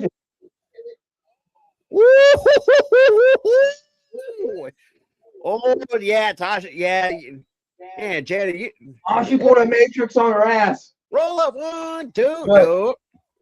But I'm never gonna do this shit. I'm gonna go with my favorites here. My favorite college team. Football, definitely Clemson. I'm the same as this motherfucker over here. Clemson. John Harbaugh was a problem. Oh, he was well overdue to get. Because here's the you have a coaching record like that in what? And the fact is that the dude's been hanging on to a Super Bowl since 2012, 2013. He's been hanging on to that one. Because I'm not about correct me if I'm wrong. Was that the last? I know that was the 5 years of. That was one final year. That was Ray. That was Ray Lewis's final year in the league. Ray Lewis's. Why am I saying Ray Allen? That's a different sport. Yeah. Sport. Yeah, that was Ray Lewis's final year. Yeah, because Ed Reed was probably retired at that point. Or probably left at that time. No, Ed Reed was I think it was a year or so away from retiring because Ed Reed was he also because Terrell was Suggs part of that defense, or is he the offense? I can't remember. I don't think Suggs was part of that. I'm gonna look at this. Yeah, double check that because, like I said, God, mind you, hey, that time everything about it's been over a. Well, yeah, that is true. Yeah, Ray God, that's Yeah, it was Ray Lewis. oh God. Ray Lewis's Here's the final funny season. thing too. When it comes to You guys like had Anthony Allen, Brendan Ian Badeo, Billy. Oh, I ain't all right. saying his name. Damian Barry. Oh yeah, thank you. Terrell Suggs was part of the defense. Like I Oh said, yeah, Terrell Suggs was a part like I of that. said, Team. Yeah, 20. Because here's the thing. Because me and Tom were just starting our freshman year of high school during that time. Bro. They had a guy who won a Super Bowl for us in 2017 on that roster too. Who Haloti Nada. is that? Whoa, wait! Back that up. That's a name I haven't heard in a handful. That's a name I have not heard in a hot Wait, minute. I don't think he did play for us. Did he play for us? Hold on. Torrey Smith's another one. Yep. Dumbass fucking. Go to stats. How about that? I completely forgot about him. No, he didn't. He played for us when we ended up being trash. Oh right. 2018. He played with us a year after we won the damn bowl. Oh God. He was a part of those 9-7. He was a part of those 9-7 squads. Yeah, we don't talk about those. We got him past his fucking prime. That sucks. God, you're talking about another guy that didn't do well when he was here? Asamoah. But Asamoah, you want to know why Asamoah didn't do well? He was out of position. That wasn't his scheme. He was in the right position. He was a wide out corner, but he was not good with our defensive scheme. That was the reason why. Yeah, didn't win. No, he was. I completely forgot about Nagata. Yeah, that's who it was. It was Torrey Smith who won it with us. I think it pains me to say he was a 1 year. Was it Torrey Smith? We had Torrey Smith in the Super Bowl year. Because remember, Torrey was a 1 year wonder, and he didn't really do shit after that. And that pains me to say because the dude was a talented player. He sucked in 2018, and then we shipped his ass off to Carolina, where his career died. I mean, shoot, if we told him one team that kind of really fucked up. Here's the thing: I still remember this, and I think Carolina would always still regret this. Do you remember back in the day when fucking Steve Smith got traded from the Panthers to the Ravens? Do you know how bad that fucking was for their kid? Like, honestly, it was like, you got to be fucking kidding me. Dude, when they traded Steve Smith, I'm like, I was like, Carolina. Dude, the spice from my Taco Bell just came up. Damn. But it was on that right side. It made me cough. But it was because I'm talking too much. But when the Carolina Panthers traded Steve Smith, I was like, "What the fuck? What are they doing?" I don't know what after 2014, he went to San Fran, then he went to us. Yes, you're right. Yeah, they released him. Yeah, we flat out released him. Oh yeah, God. We flat out released him. He played so bad. From 18 to 2020, like those were, God, how do you fucking describe that shit? 18 to 2020, those were I wouldn't say those were god awful. But compared to 2017, when us expecting Super Bowl or bust, they were awful. True. Because oh right, that's right. They did release Steve Smith. I remember. I couldn't remember they traded him. Carolina released his ass. And I don't know what Steve Smith said, but dude, did he back that shit up when the Ravens played the Panthers? When they played Carolina, that man had a fucking get back game. And dude, that's all about getting your damn lick back. It's like you want to trade the face of your franchise because here's the thing, was Steve Smith one of those guys that is very arrogant? 100%. But however, that doesn't take. He's not one to be like, starting fights before games. Oh no, 100%. He's like, I'll be cocky, I'll talk my shit, but I'm gonna back it up on the field, on the football field. The thing is, he's gonna talk when Steve Smith talks his shit, he is able to back it up. Yeah, there's a thing called if you talk the talk, you gotta walk the walk, so to speak. Oh yeah, Torrey Smith. We got rid of him and he went to Carolina for a year. Yeah, because Torrey did finish up in Carolina, but that was. Yeah, because when Carolina picked him up, he threw shade at us. And we remember I forgot about he did that. He threw shade at us. And the funny 'Cause thing he- is, 'cause he- too, that's right. Dude, Yeah, Steve cooked him. Steve dude, fucking he cooked him. torched the oh, yeah. The first damn game that we played, that they played Carolina, he cooked them. He cooked I was them. like, oh, Like, yeah. well, damn, I think that got rid of him. was, oh, God, who was the quarterback for Carolina at that time? Was that changed? Oh, God. Cam Was that- Newton. Cam Newton. No, Cam Newton was Cam. Oh, was yeah, because Cam, Carolina. yeah, because Cam had his breakout year in 2015. Cam had that super fucking breakout year when he was Superman in 2015. Even though still should have jumped on the fucking fumble, but that's I digress. He still backs it up like, oh, I don't want to get hurt. Which honestly, I see why. Because if you look back at that play, another player was diving for the ball at the same time. He didn't go. Yeah, like that. Yeah, but still, But like when I look back at that, I'm like, you know what? Cam had a point. he had a point, but at the same time, it's also the damn Super Bowl. Like you got But fucking Super Bowl, go for the fucking shit. Head injury. Hey, or look, not. you were given the Superman moniker. It's time to live up to it. But you could see his point because he didn't want to get CTE and fucking. You know what? Yeah. That's also true too. Oh God. Oh boy. Oh no. Steve Macklin dilemma. This kind of does. Fucking Tom called his ass out. Oh my dude. Oh yeah. Speaking of which, for anyone that's new that have not kept up with us, dude, fucking Steve Macklin played us for like fucking fools. Because apparently, for a lot of people who don't know, that Macklin signed an extension that went on completely under the radar. I was like, "There's no," because usually, and the reason why they played us like fools, and he played us like fools. And look, Tim, we also appreciate that. We appreciate it, man. Even though I think the reason why you guys are rooting for Philly, because everybody in 2017 hated the Patriots, and everybody in 2024 hated us. So no, I get it. I understand. But as an Eagles fan, I'm grateful that we were the good guys in that story. And here's the funny thing is too, and I'm also like, and here's another thing too.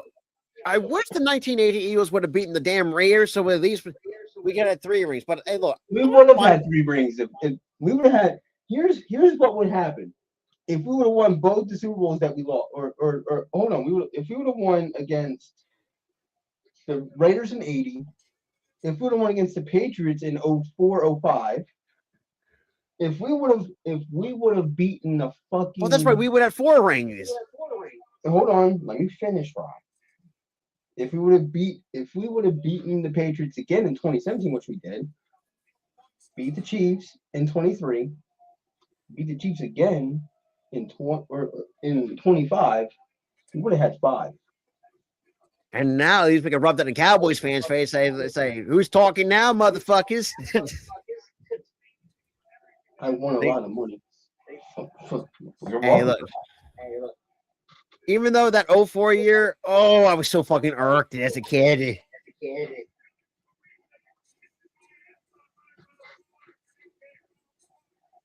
Yeah, that is true. That's you're kissing your ass for 2 years. Yeah, calling out the hypocrisy. Yep. Yeah, keep calling out that hypocrisy, brother.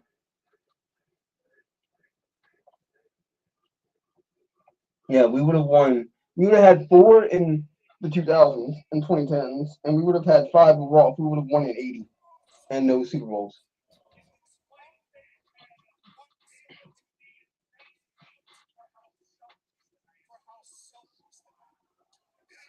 Oh boy.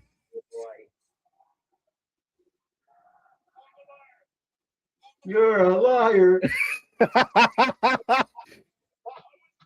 Now, my question is, and I think I asked how does what version of Steve Macklin are we going to get? I just said this weird, and I think Tara said what I hope it was the bag and tag him. Dang, damn. We're getting bag and tag him.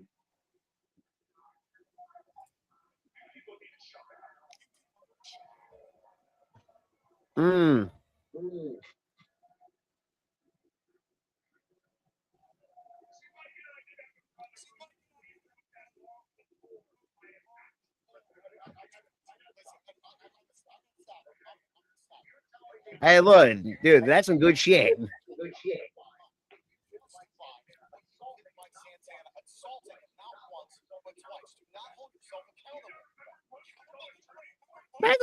Megan doesn't give a fuck, Tommy. Hey.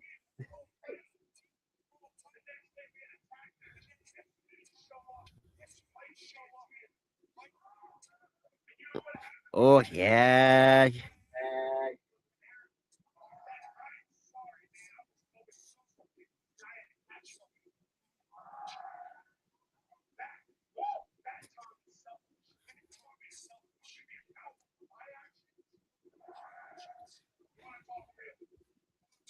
Tim, I think that's what's going to happen. I think Steve Michael's going to drop Tom like in this.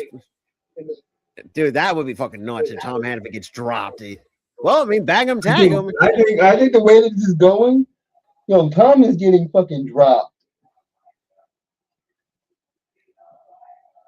Wait, where are we? Fucking Nashville or fucking London, England? He's a wanker now? They'll never ever use that in the fucking States. You're in fucking Nashville. What the fuck? Ain't no way that it's used to fucking.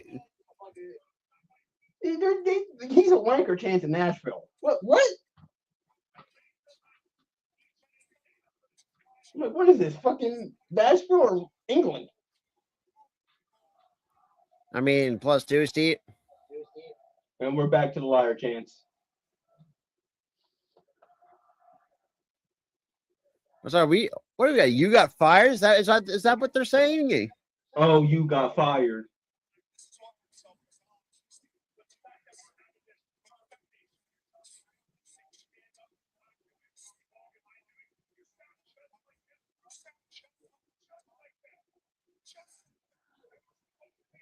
No, we got wrap it off me. Ain't no.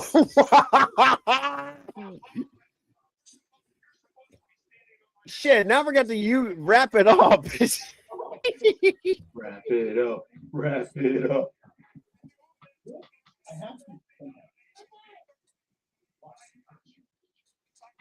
Oh, he told. Oh, you know what? That is true. That is. Fair, that is true. That's true. To be fair, that is true because Steve Backlund was already in TNA when Tom got the job. Yeah, that is true. Oh boy. Because Steve actually bowed to the company to hire him.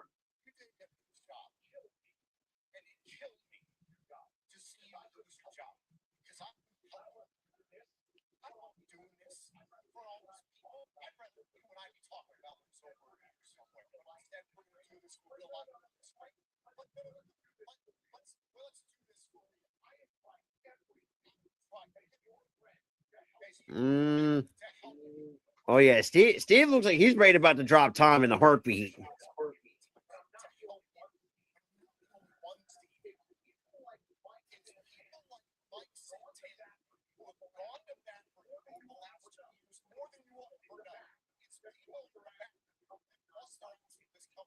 Why is Tom over here cutting a mean ass promo right now? Dude, I never thought he could actually do that. Oh boy.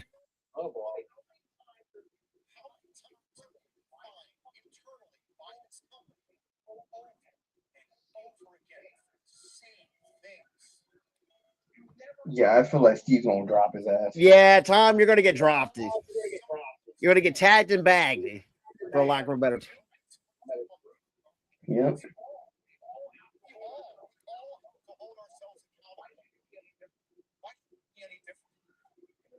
You know, oh boy.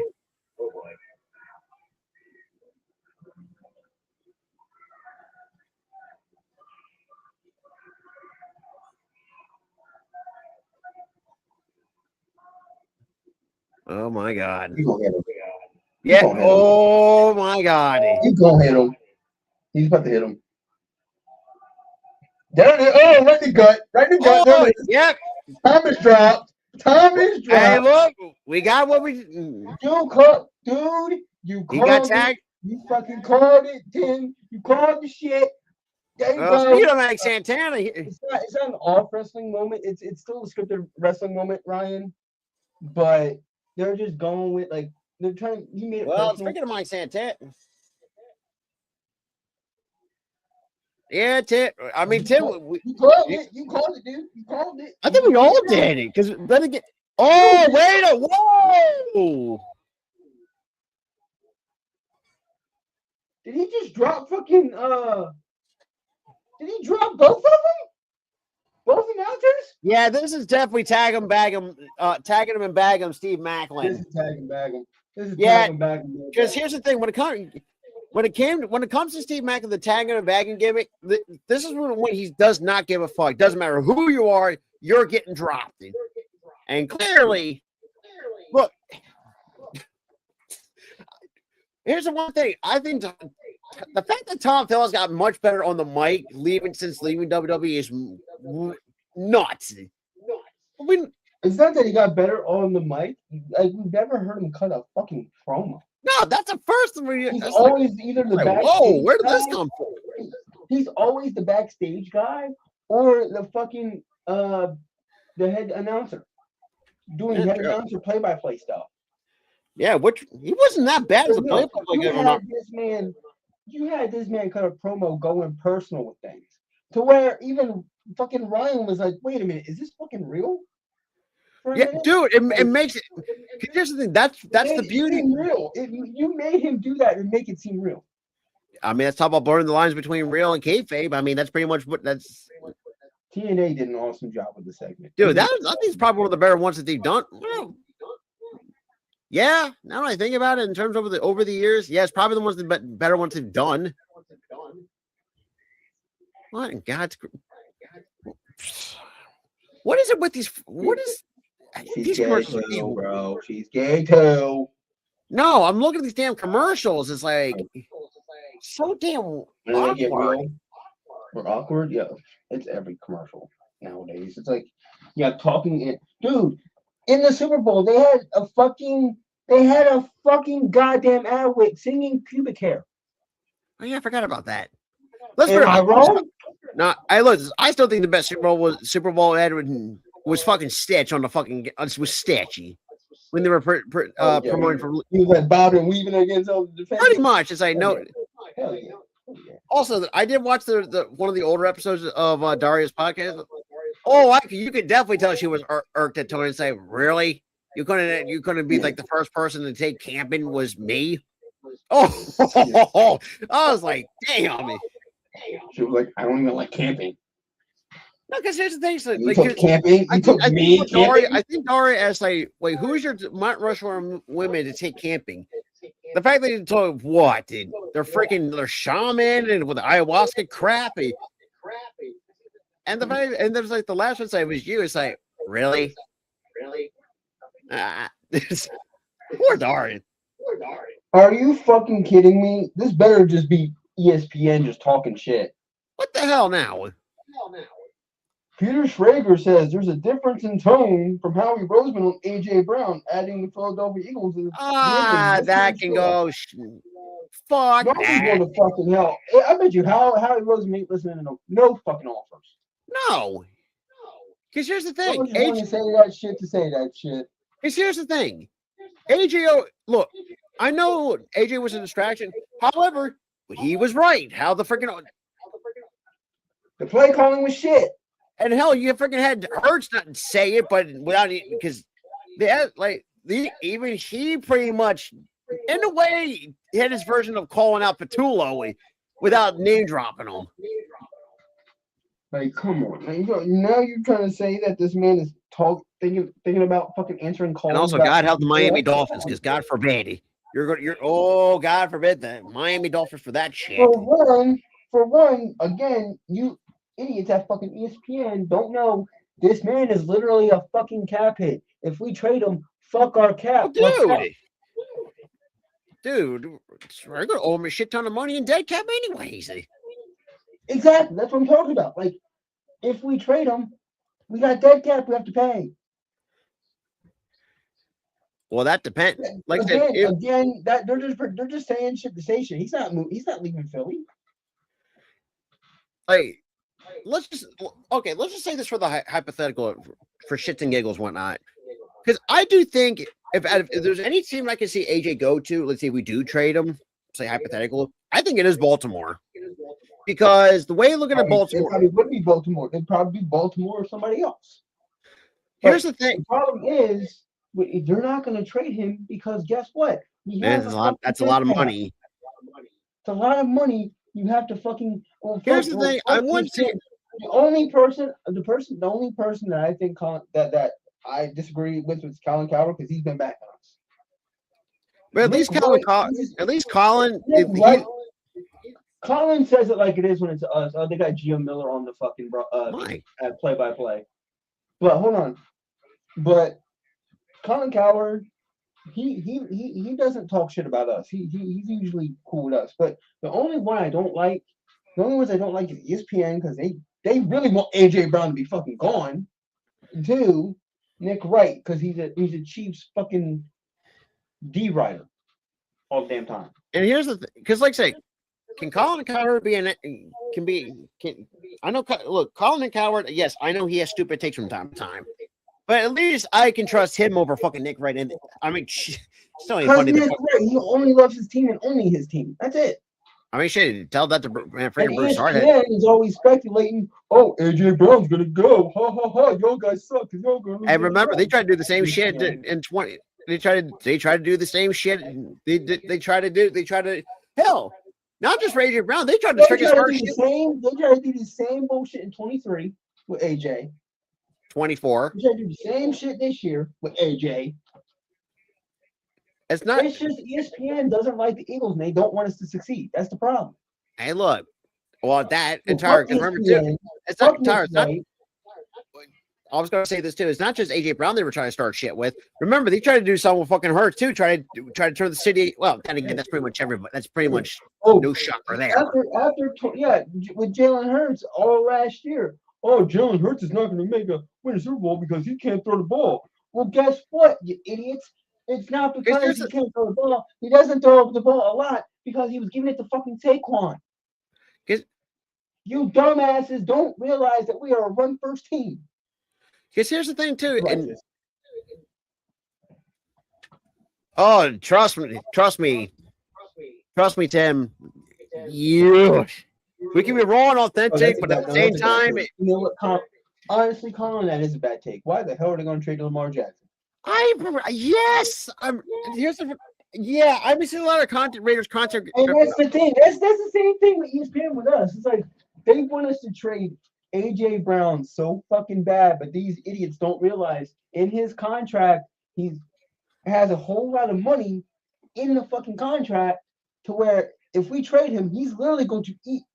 He's going to eat the rest of our fucking cap. Because look, I like Lamar. I think he's done some really good shit, a lot of good things since he went to Baltimore. However, it's just, like I say, like, I don't know. Because, like, this national media. All I know is fuck the national media. National media, y'all can go fuck yourselves. Because why the hell do you think that we're going to trade AJ Brown? Like I said, if AJ was unhappy, that is true. Perfect example. Case in point. And this year, the national media and the fan bases are like, see, Jalen Hurts can't throw the football. He threw like 8 interceptions. And here's the funny thing too, and I'm going to make a comparison to the Ravens because if I remember the Ravens in the 2012, what was the one thing they didn't do that well? They didn't throw the football that well, not from my understanding. No, they threw the ball decently well. But they were balanced. They didn't have to freaking over rely on the damn deep ball. Oh yeah, that's true. I still remember when Trent Dilfer won you guys a Super Bowl. What was that? 99? I think it was 2000. Oh God, 2000. Like I said, here's my thing about the media is the fact they tried to do the same shit with Jalen Hurts. They tried to do the same thing with AJ Brown. But the thing is with the Jalen Hurts situation is the fact that y'all were writing him off for 2024 because of what happened in 23, where he had an off year. Yep. And then y'all were still writing him off through that entire fucking season because, oh, he's not throwing the ball, so he's not a good quarterback if he's not throwing the ball. Horn. Like, y'all are so fucking dumb. I'm sorry. And the funny thing is, too, and we'll get to the Jalen Hurts thing because they were trying to do this shit. Like, seeing that pissed me off. It really pissed me off. Or shit, the fact that when there was a report coming out saying, "Oh, the Eagles might get drafted a QB in the second round," try to pull the same shit that they did with Carson Wentz. Like, are you promising? And another laughable take I saw earlier is the ESPN's now thinking that we're not going to fucking re-sign Goddard and draft another tight end in the draft. Here's the thing: here's the way I see it. I do think Goddard's going to stay. I think he's going to stay on another 1-year deal because I think if you really look at the tight end market is not as, from my understanding, it's not the strongest as it is right currently. So I could see. But that's the reason why I think it's such a laughable fucking take that we're not going to. I do think. Hold on, Rob. Let me finish. This is why I think it's a terrible fucking take that we're not going to resign Goddard this year. And just draft a quarterback in April or draft a tight end in April. What? For one, that tight end's going to be unproven as hell. Number two, we're trying to win a fucking Super Bowl again. And number three, whether you dumbasses like it or not, we're not getting rid of A.J. Brown and we're re-signing Goddard. Now, the only thing is, like I said, about and hold on, the only one that I'm iffy about resigning is goddamn Dean. That's it. Well, I can say just let Dean go anyways because, I mean, because Jahad Campbell, from what I've seen in the short sample size. Jahad Campbell stepped in and stepped up. To be honest, I think he's... The problem with fucking Nakobe Dean is he's always he just hurt it. And I think that's why I think he kind of fell into the third round because of those injury histories. Yeah, that is true too. Yeah, I think he got carried by that loaded roster, but and you could definitely see it in the years following that. And that's another take that people have, and even Eagles fans have this. Some Eagles fans have this, and I think it's completely fucking laughable. I think it's asinine, to be quite honestly. It's asinine. Oh, Nick Sirianni can't fucking coach because the only reason why he won a Super Bowl is he's got a loaded roster. And why couldn't he do it in 23? Huh? Why couldn't he do it in 25? Huh? Play calling. Plain and simple. Now, I will say the shitty OC. Now, and I will in those bad hold on. In those bad seasons, what did he do? He motivated the team enough to where even if we had bad seasons, we were winning 11 games to 12 games. Yeah, in spite of the bad play calling. In spite of the bad play calling. With that play calling we had this year, we should have just won 4 games this year. Oh, 100%. You want to know why? Sirianni is a good motivator for the team. Even though the fact that he made a freaking flower reference, that was just so fucking stupid as all hell. But whatever. We're gonna put a plant in there. We're gonna watch it grow. It's gonna take time. I was like, what are we talking about here? Now, I will say that after that 22 season, we're like, oh, that makes sense. I will say this. If this year doesn't go as we expected it, like I said, I don't think Nick's going to get fired. However, I do think his seat is going to get hot. No, it's going to get a little bit warmer. The problem is though, you're not going to fire a guy who just came off of a Super Bowl win, and he motivates the team, even though they should have been bad this year to win 11 games. Yeah, pretty much Lamar was probably the saving grace of why Harbaugh was still there for God. I think what happened too is I don't think Harbaugh was the problem when it came to y'all being dog shit after 2012. Joe Flacco just got old. That's the problem. And I think it's that contract extension.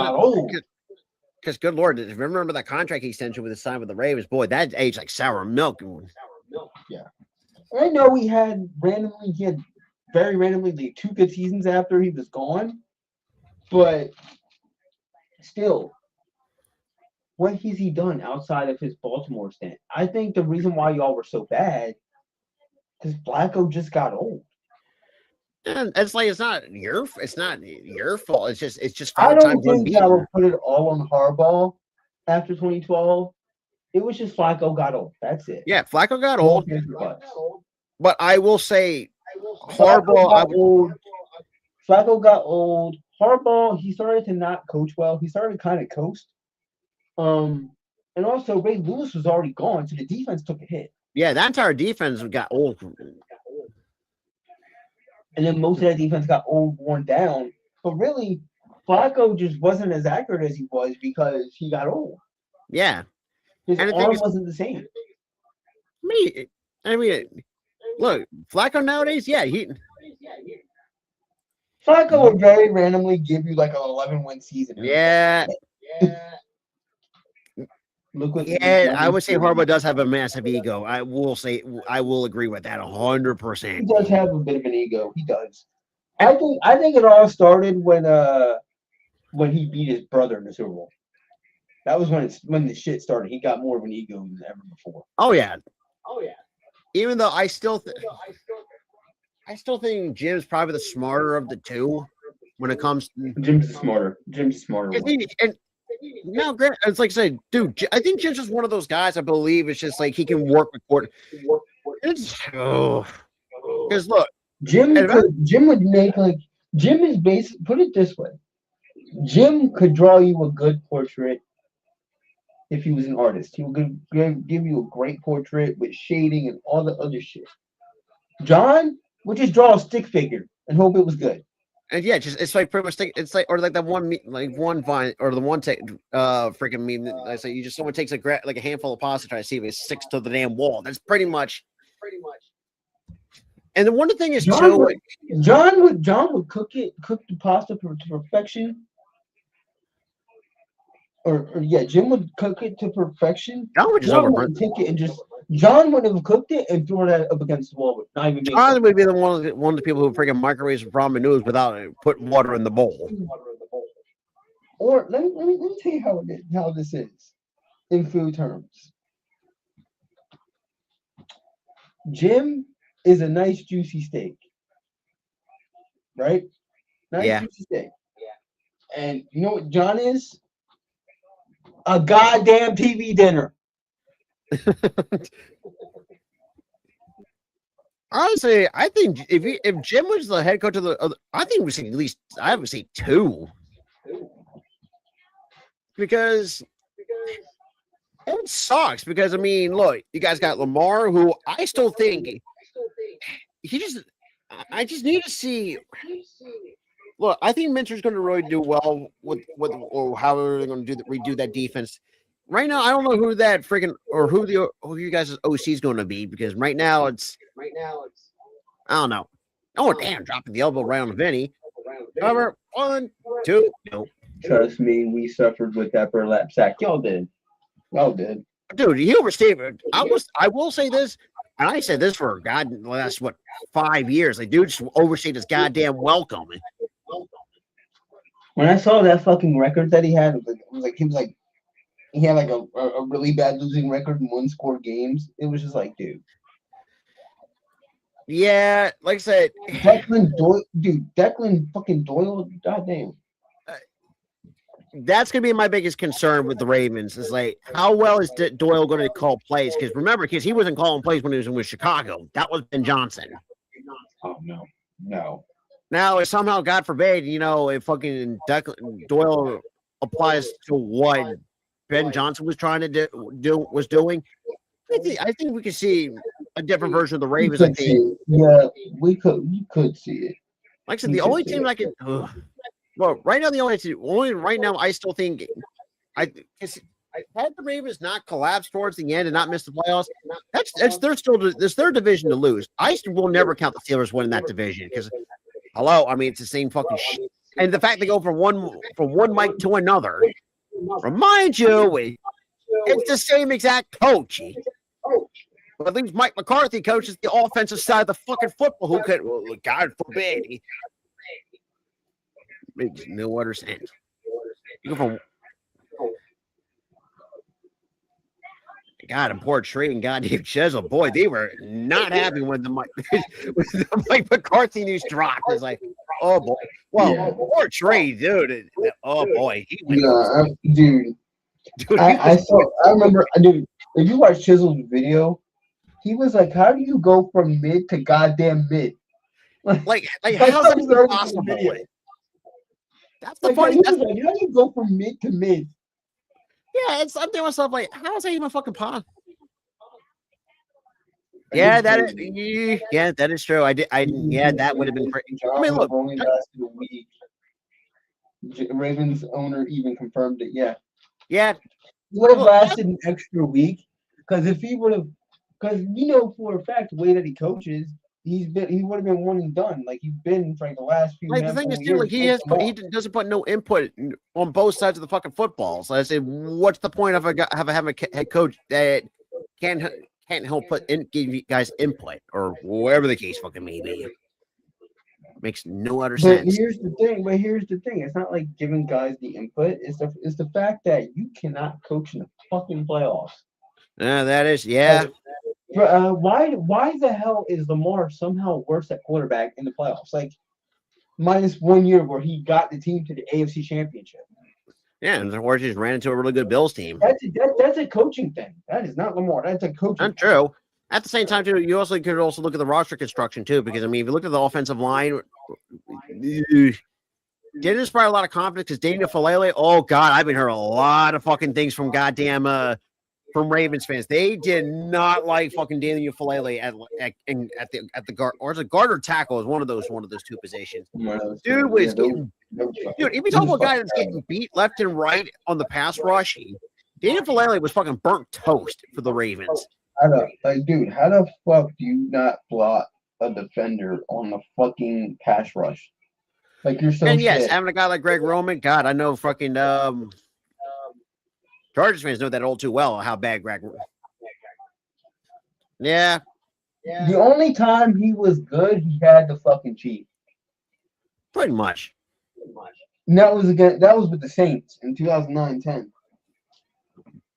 The man literally had to pay his players to hurt other players just so they can win a fucking. No, that was that was a different.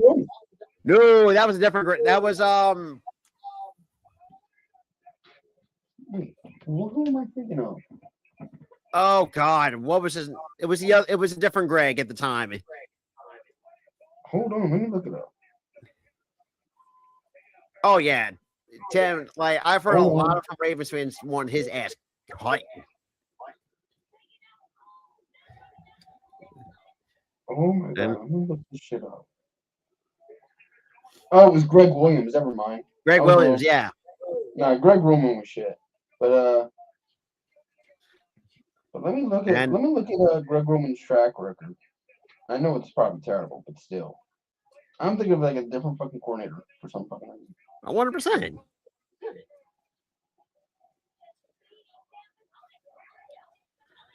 Well, here comes Alicia Edwards. Damn on me. This dude was the offensive coordinator for the Chargers in 24-25. And he didn't do that much with them either. Nope, and he got hit, and his ass got canned. But before that, he was just an assistant coach from 95 to when the Ravens got him.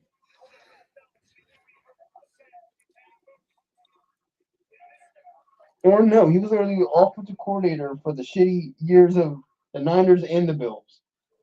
From 2011 to 2016. So he was never a good fucking OC. Nope. Never a good one. Well, it's already 11 o'clock? What? Who won the match? Pretty much, I think the system did. Okay, we were talking about football the entire fucking time. We missed the entire last match. Sorry, y'all. NFL things we're talking. But I mean, so that all being said, that's going to wrap up the TNA stream. Will we be? God damn, We'll be fucking back. mental stroke. We We will be will back be again back tomorrow, on. Friday for Friday Night SmackDown. What is it? No, it's not the 20. Wait. You're trying to look for the date? Yeah, It's the 26th today. I know. Tomorrow, tomorrow's Friday. Tomorrow? Yeah, we got the go home show to the Elimination Chamber, and yes, we'll also be live for the Elimination Chamber. Like I said, and Tim, here's the one thing. What you and I know it's like kind of beating a dead horse, but for anyone that's new, what you see is what you get with us. When it comes to just you'll get a lot of uncensored shit, a lot of friendly banter, a lot of everything. a lot of and if anybody wants to donate ketchup bottles, best way to do it. Fuck you. Fuck off. And yeah, that's too. We also, but in all seriousness though, like we'll be live for the, and also I want to wish our boy Ghoulies lady Tay happy early birthday, since Ghoulie will not be with us, and, and all that. But like I said, we'll hold it down. And I believe my lady will be on. I'm not. I know he should be on for the Elimination Chamber. Yeah. He should be on. Now I'm just trying to see who was in that goddamn box. Christ I'm sakes. in that goddamn box. Yep, and happy 32nd birthday to him, to Tay. If you were definitely watching this, party. And also, big shout out to the new subscribers. Welcome in. Thank you all for subscribing. We are one away. From 1,600, y'all. One away. But so for the upcoming stuff too, we're actually we're now two away because one of them was a bot. But I mean, either way, we're still. But when it comes to the spring stuff, yes, we're going to see a lot more baseball and whatnot. And if the WNBA can figure shit out with the damn CBA and get the season on time, you're going to see a lot of WNBA action. But at least just hope to God there's no goddamn blowouts, because I do not want to sit in the fucking blowout, because I've had enough blowouts for one goddamn month.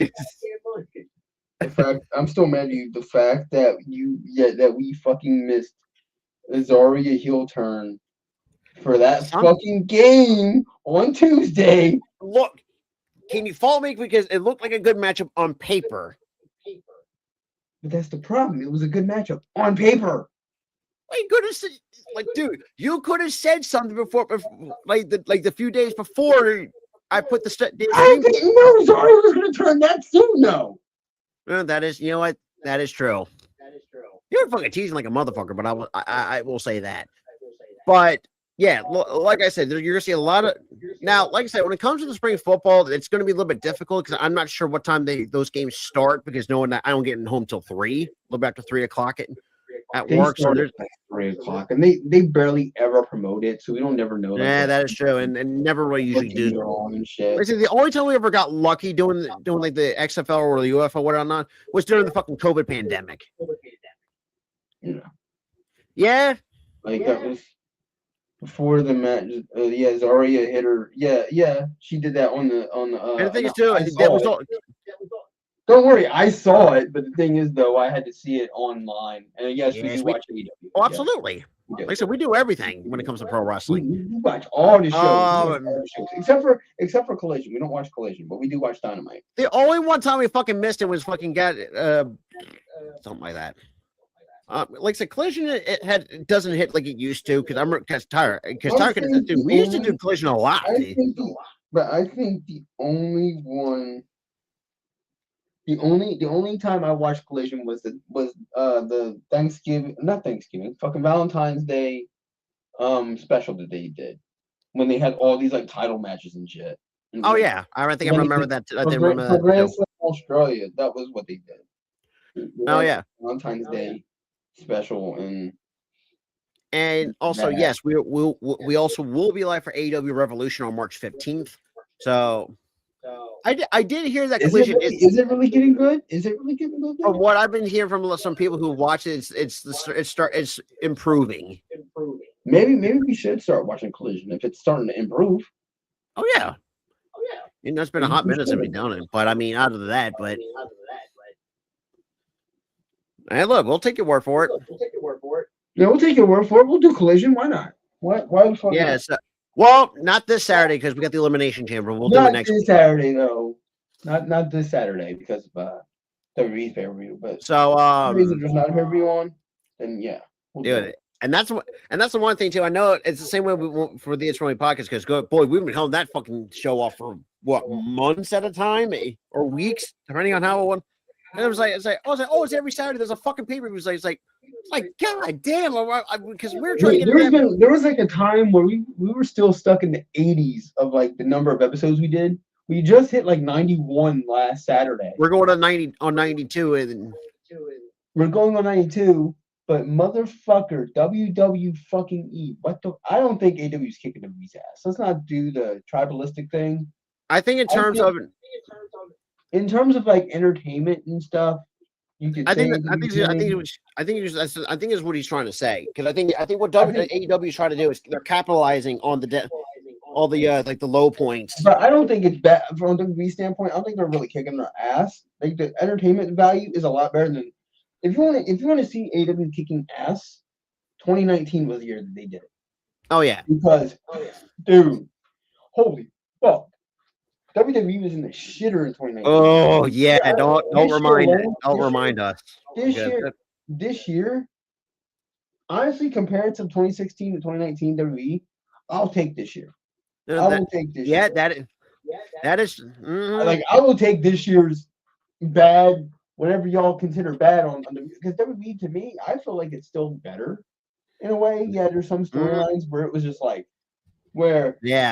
I don't know, like Triple H need to work on some of the stuff, but Vince McMahon's WWE from 2016 to 2019 was so shit. I swear to God.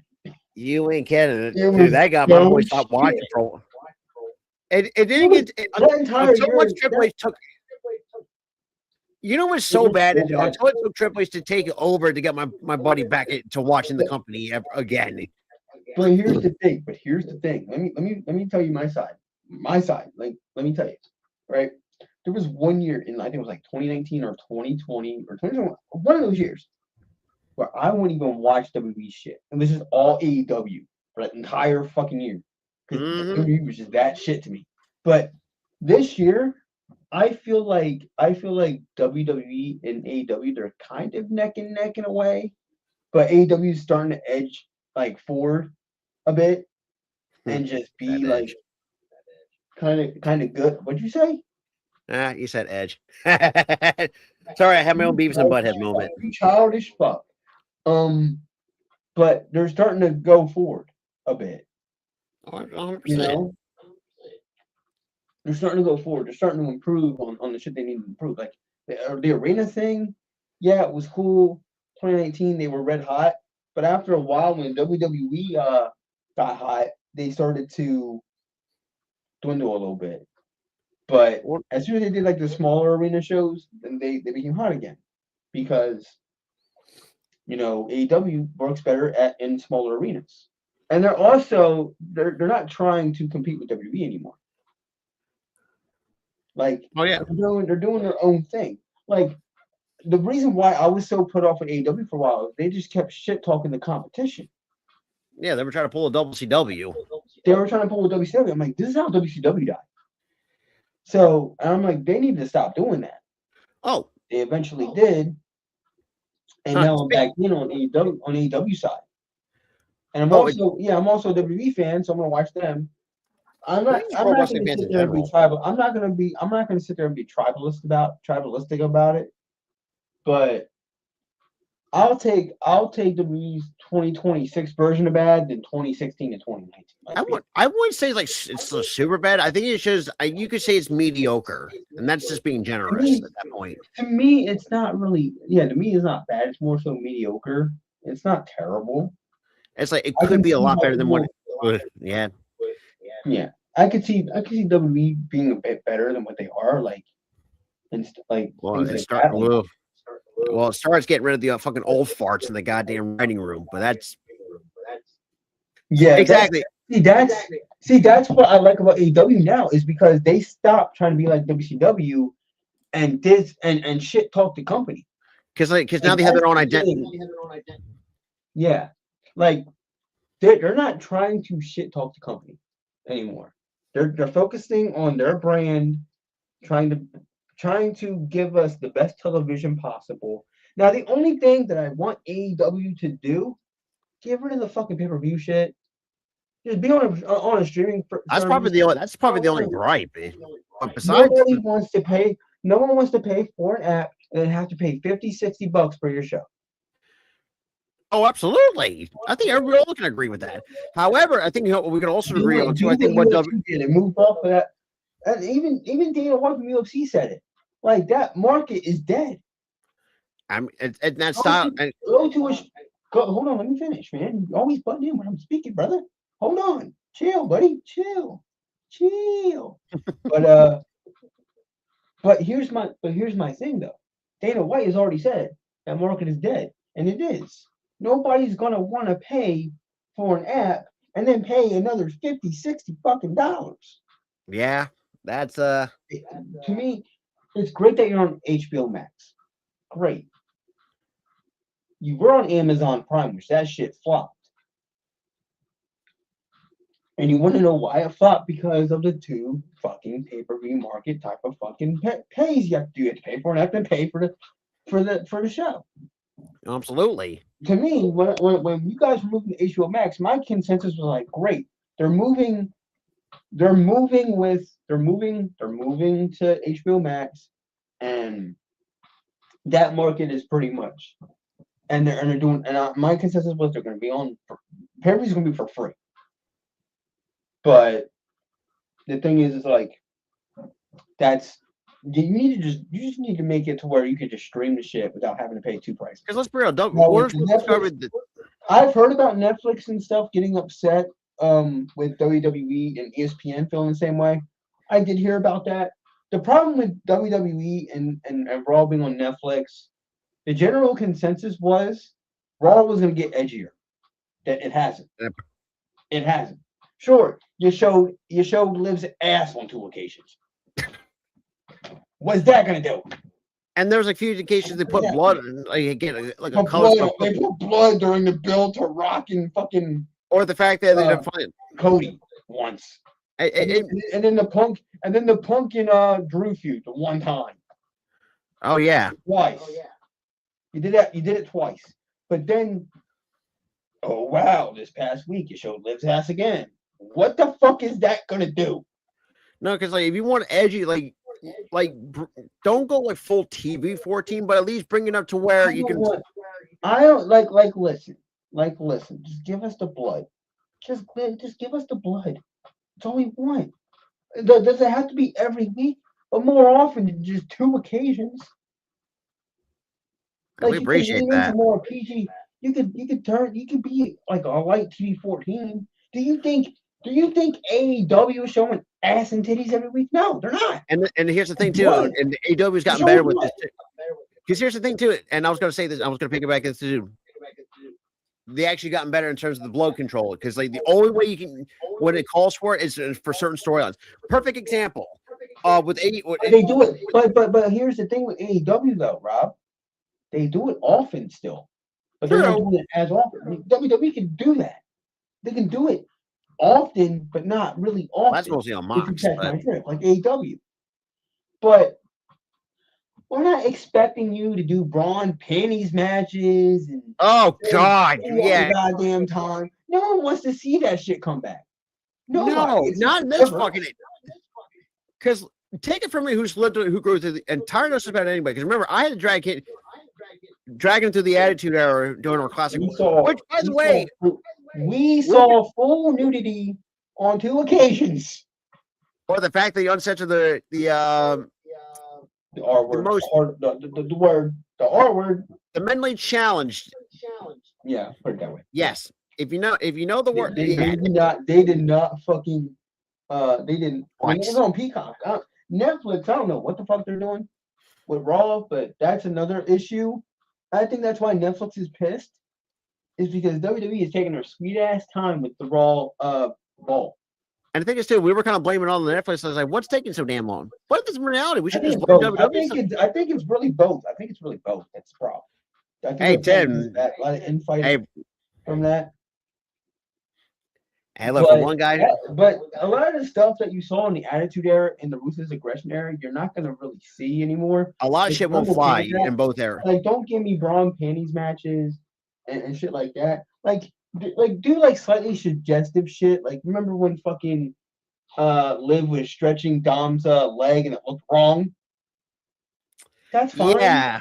Because the adults will know what's implied. The Oh, kids dude, won't know it's shit. because They'll look at the mom and dad and go, what are they upset about? They're just stretching. Like, they're kids. They're not gonna know, but we're gonna know. no, because that shit's gonna fucking fly over the that you No, yeah. that is not true. That is not true. That is not true. You Well, can be sensitive about that shit. You can be sensitive about that shit.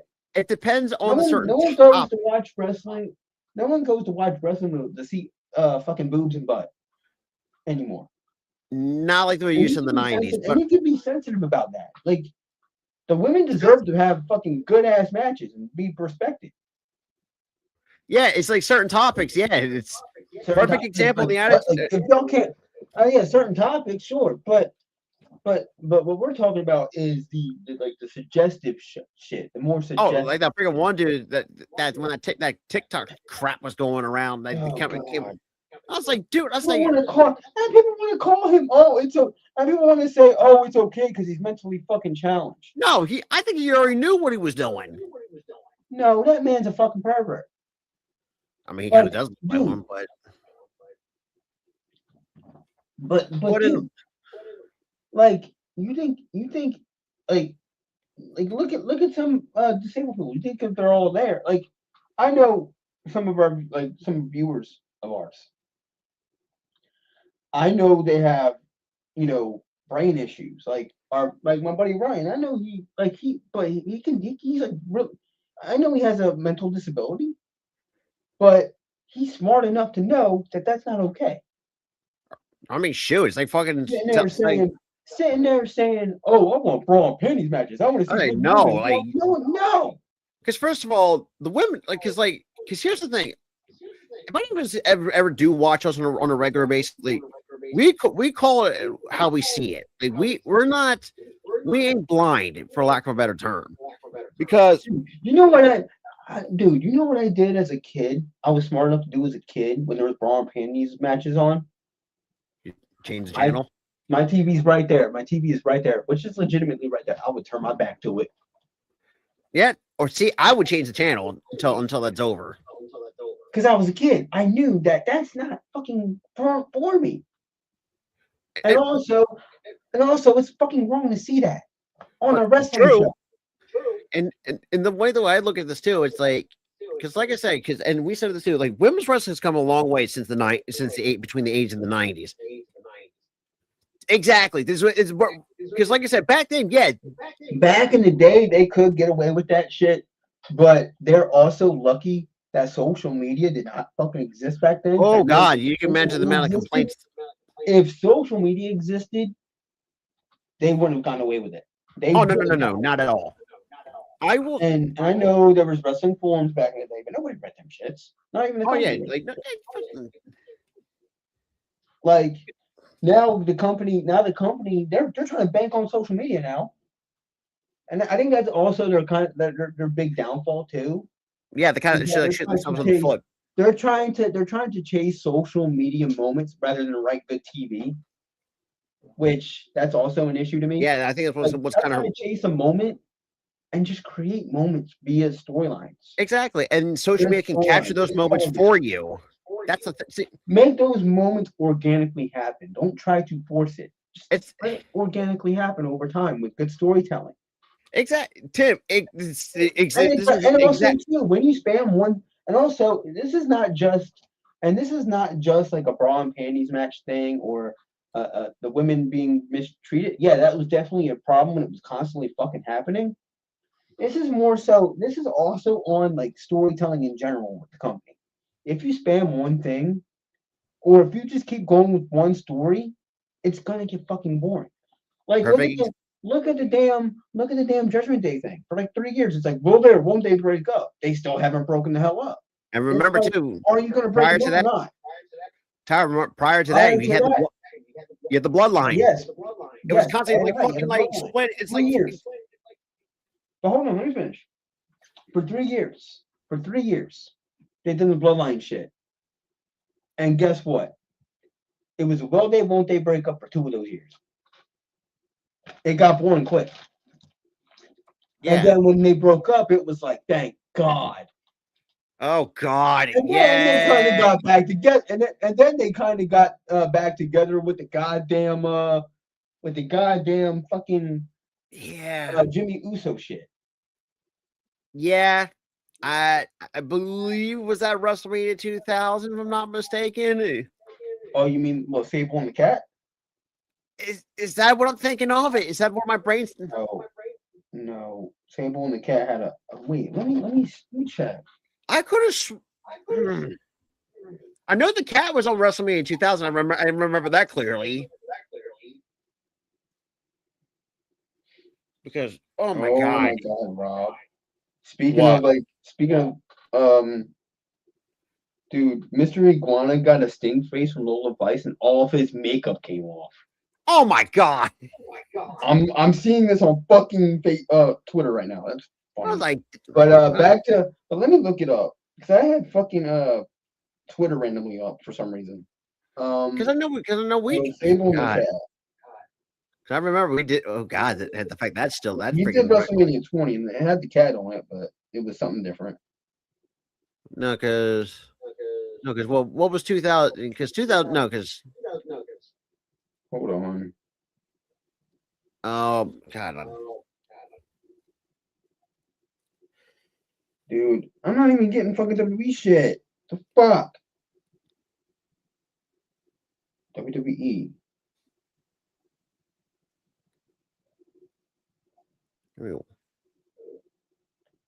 It was just that they had fucking gimmick matches that were like really fucking diva-ish. Yeah. It was because of that. He was just naming the 2 wrestlers. They didn't have like fucking matches. Well, Sable, you can pretty much say fuck her because I mean, no. You know what? Do you know what storyline? It was like, holy fucking shit! How did they get away with this on television? Wasn't the one that fucking Sable had her bra torn off or something like that? No. It was when she took off her fucking robe and it was revealed fucking handprints on her boobs. I remember that. I remember that fucking clearly. I wish I did. I wish you didn't see. Jerry Lawler, of course, and also Jerry Lawler, of course, putting him freaking the fuck out over it. That's where it started. That's where that started. But Sable, no, the Cat. This is what we remember from her. WrestleMania 2000. Oh yeah, ass fucking naked in the locker room. That's what I was thinking of it. But in all seriousness, no. Like I said, I'm kind of glad where women's wrestling is at nowadays. Because God forbid, I mean, go back to the Attitude Era. Hello, the Good Housekeeping matches. Everybody forget that was a fucking thing. That honestly was fucking funny. That was just hilarious. Having fucking fucking China chuck a fucking kitchen sink at Jeff Jarrett's head. I mean, that's taking one way to throw the kitchen. I mean, as the saying goes, it's like you have to do everything but the kitchen sink. But she literally took the sink, literally. This motherfucker, and she do everything, the kitchen sink and everything. I think a vacuum was involved at one point. Probably the worst one machine China ever used was probably the coffee pot. That's probably the only one that felt that looked weak as hell. But that pissed me off. There were still coffee grounds in that bitch. They could have made coffee. No, let's just dump it in the rain. I was like, damn, this was great. This is crazy. Good coffee.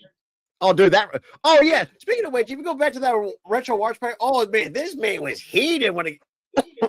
They wasted good coffee, Rob. How do you expect me to not get pissed? And the funny thing is, too, it's not just fucking the Attitude that we had to sit through. God, I know I'm going to bring up some bad memories for a lot of everybody. The Kennel from Hell match.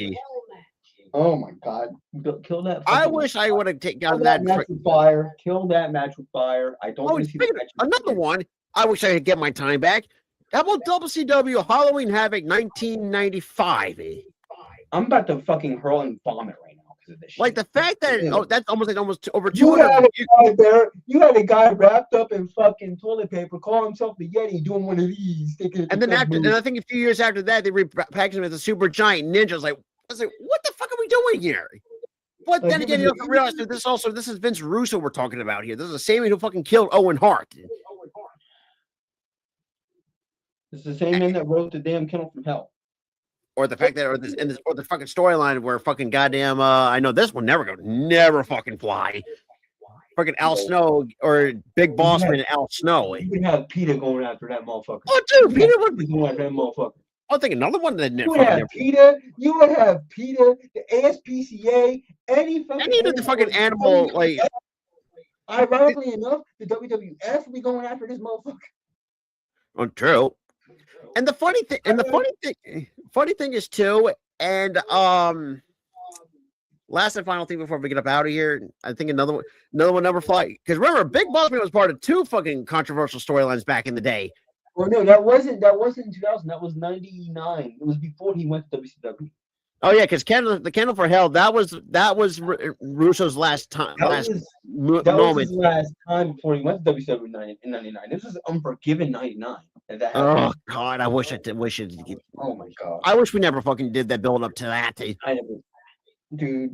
I'm glad we did it. I'm glad we did it because it was a part of our watch party. We had to do it. And unfortunately, it's going to get worse too once we didn't go back to doing WCW shit. Because wait till we get to the year 2000. Oh, I can tell you, yeah, we're just going to leave it at that. Because it's all good. Sometimes when I watch wrestling and stuff from like back in the day, I'm like, I forgot that was the year that happened. Like a lot of times too, because Tyler didn't really start watching wrestling until like 2002. So I came in during the tail end of the Attitude Era, so yes, I was around during WWF, but it was like during like the super tail end of it. Oh yeah, right. Oh yeah.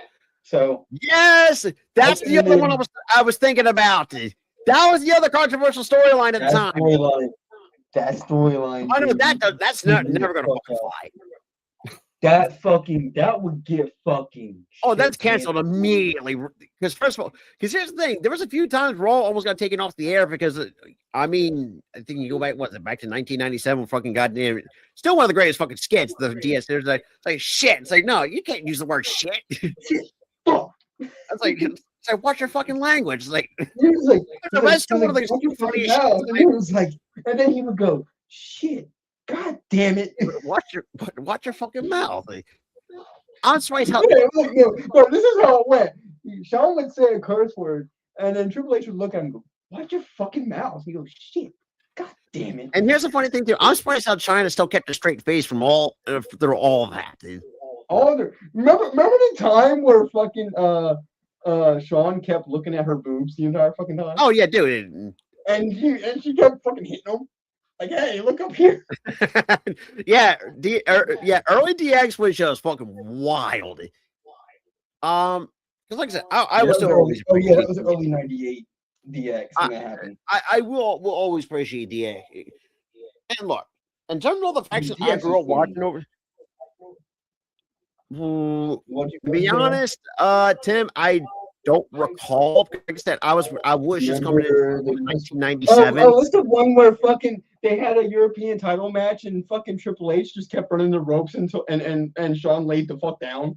Oh yeah, and that became like a meme to say someone's uncontrolled. I tagged you in that video. I remember. Yeah, this would be us if we were wrestling.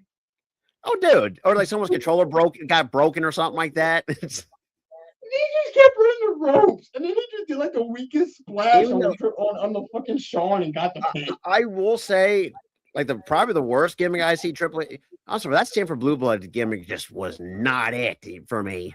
Oh, I still remember his very first promo.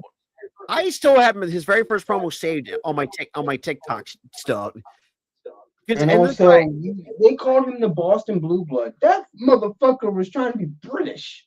Exactly, like trying to be. I live in New England. No one talks with a fucking British accent up here. Just think about one of the New England side. You got to be like about the you got to park the car, Rob. Exactly. God, there's and another thing too. Yes, I mean we got through the fucking. Well, we haven't really got the one storyline we still haven't even got through in terms of the WWE side was who run over Stone Cold because that had to be paused because when they switched over to Netflix, so that kind of really fucked everything up. They did it for The Rock. I was like, shut up, you thong wearing. I was like, the fact that he makes fun of his cousin because dude, freaking that one entire promo segment with fucking The Rock, because like I said, The Rock in the late '90s to up to 03, it was just fucking money for him. Dude, him in 03 was money too when he started dissing the fucking Sacramento Kings. Oh yeah, because I think this was when the Kings were still ass at the time. No, the Kings were starting to come ass around that time. Yeah, I take that back. I mean, it's still kind of, and it's still kind of the fact. I mean, his little concert with Vicky. Oh, speaking of which, we'll talk about more of Vicky on the. You dress like a hooker.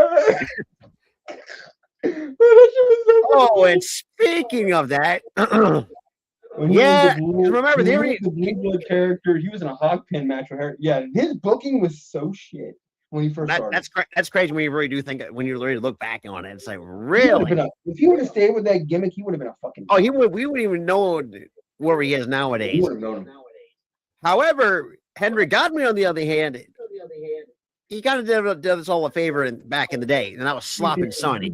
God, you know how me and Tyler, not just me and Tyler. You did us a favor with that. Because if Gooey was here, Gooey would tell you how he feels with Sonny. She literally killed 2 fucking people drunk driving. That's why she's still in prison. But I think overall, like I said, there's a lot of stuff we can talk about. If she wasn't such a piece of shit and got clean, we wouldn't have respect. A different conversation. But unfortunately, but no, she doesn't have respect for her goddamn self. She's still drinking herself to death, and she killed 2 people. That's why she's in prison today. So we have zero respect for her. You ain't kidding.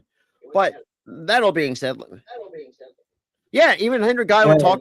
He stopped Sonny, and they put they put shit and piss in that bitch.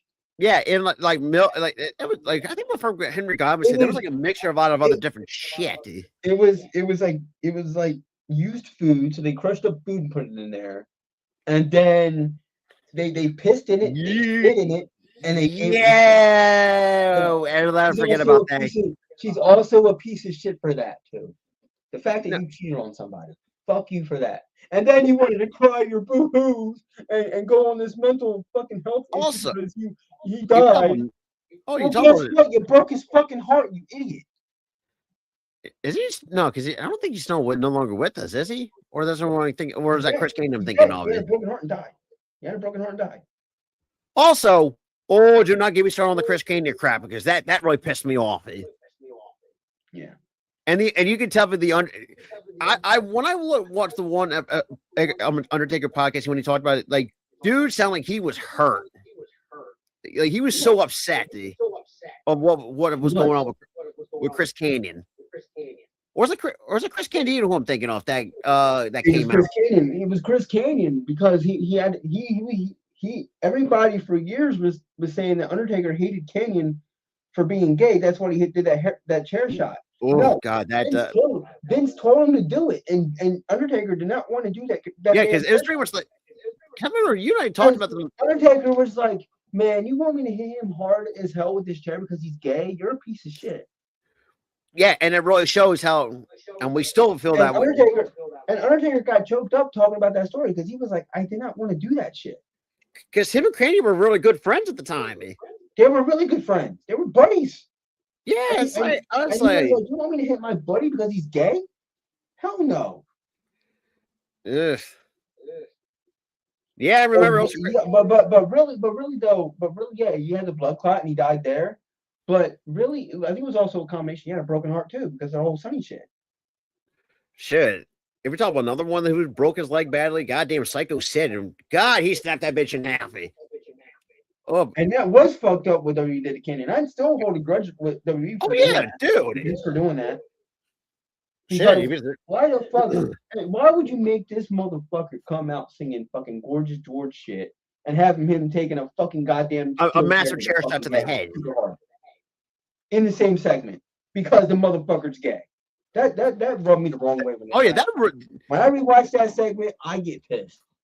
and I was like, man, I really do feel bad for Taker because there's dude, yeah, his heart was fixed after he was in TNA, but he still died of a broke. Like, I'm talking in more figurative, more. I'm not talking about the figurative figuratively. He died. Oh yeah, we exactly. But still, Sonny was probably the reason why.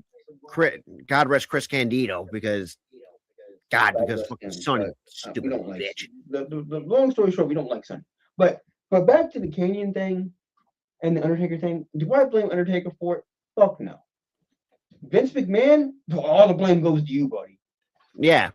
Hell, you still blame Vince because he was another reason. Him and Russo were the two that killed Owen Hart in 1999.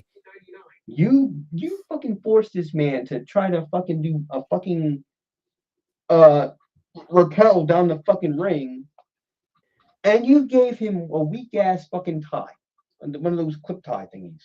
Yeah, and the harness was not that great either. The harness was absolutely weak. The man fell to his death because you forced him to do that fucking thing.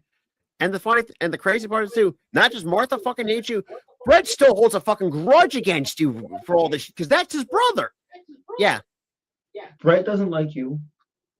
And I know y'all kind of really he only returned to Brett. He didn't return to like you, Vince. He fucking returned just to say sorry to Sean. And maybe work with you. He only returned there to say sorry to Sean. Yeah, because and hell, I mean, oh yeah, I'd say we could all be universally agree with that thing. And also too, like nowadays because all this and when it was like all these news sources are reporting that he almost died in a fucking car crash. I'm like, I'm not even sad about the shit. Because all of the dumb shit that you did over the years, you should have got sooner by somebody. Because you're an asshole, Vince. You're an asshole. I'm talking about McMahon. I'm talking about McMahon, by the way. And also the fact that you sexually assaulted multiple fucking women. God rest Ashley, I'll tell you that much. That's a whole different. Also, well, Ashley, she was assaulted by a soldier, which I hope that motherfucker don't get no respect. Fuck like you already disrespected the uniform, anyways. Also, the fact that you sexually assaulted a fucking ref and nothing was done. The fact that you sexually assaulted a fucking co-worker in Janelle Grant and nothing was done. And that's been shit. And there was another skin. There was a rainbow skin. I'm gonna say this right in the camera right now. I have no goddamn sympathy that you almost died in a fucking car wreck. Because, like I said, we don't really wish anything worse on the. Because like Vince is one of those guys. It's like he's been. And also to Shelly Martinez, aka Ariel. Fuck fuck her too. That's kind of crazy. Telling people that Janelle Grant asked for the shit. No, she didn't. Get fucking real. But besides that, we're gonna wrap. Brett doesn't like. Yeah, that's what happened. I forgot about Brett. Because she didn't want Owen to be in the Hall of Fame, and Owen deserves it. The thing is, though, Brett does have a point, but I honestly think he should be in now because Vince is gone. He is not in the company no more. He has been fired. True, but the problem is, I think Brett has a point now. Back then, I don't understand why he was pissed, but now I understand why he's mad about it. Because it's his brother. I think now, but I understand why he was pissed then because that's his brother. But I do see Martha's side of the thing. But here's my thing: Triple H didn't have nothing to do with it. Stephanie didn't have nothing to do with it. And like, it's Stupid's another. Vince, both Vinces are gone from the company. So at this point, Martha, love you. I will always like you and your husband. But I Even though think you need to still let Owen in now. I think you need to let Owen in because he deserves it. should have been world champion. If I'm going to be completely honest. He should have been world champion. There was, like I said, if Glee was here, like there's a list of friggin' wrestlers that should have been WWE World Champion. Oh, he'll fucking name the list now. Oh, dude, stupid's an no. I say stupid's an understatement. She sounds like an asshole. No Bitch. fans or buts. She sounds like a bitch. And yeah, I remember. Yeah, and what pisses me off about her was that I liked her growing up. I liked her when she was. Now with, we're kind of. Now, and I even followed her on.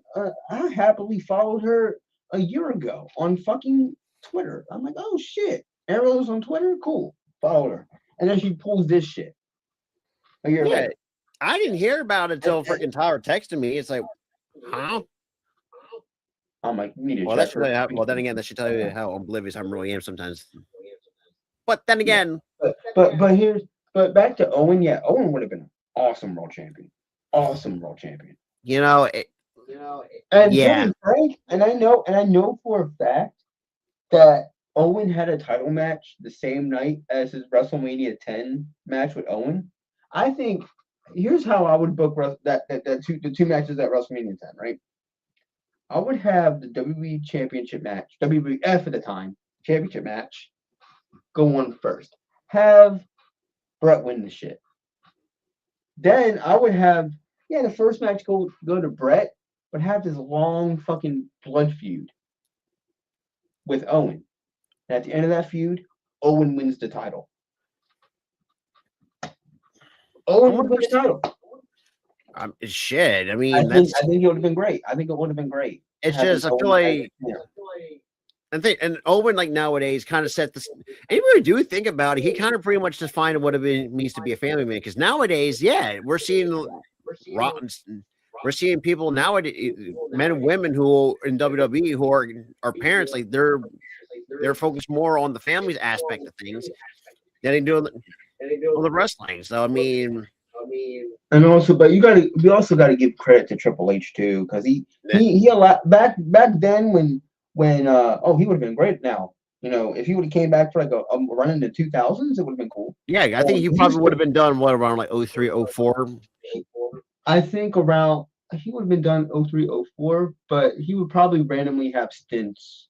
He probably would have been like semi-retired if you think about it, and then he would go into full retirement by like 08. 09-ish. And that's he did. Kurt Angle talked about it, and he said it was Kurt Angle beat himself up. He's like, man, I wish that match was on television. Dude, that would have been probably one of the greatest matches of all time if it was a televised. It would have been a great match. But seriously though, I think Owen would have been out of the company by like 08, 09 if he was still alive. He would have been semi-retired, but he would have been out of the company by 08, 09. But I still think that we'll have him on a Legends deal of some sort, and have him like come out with like appearances, like and shit like that. That's how I would. He would come out for appearances. He'd probably do a guest ref spot at some point and do that. He would probably guest ref one of Natalia's matches if he could. And the thing is too, it's like if we were to talk about in terms of the wrestling families.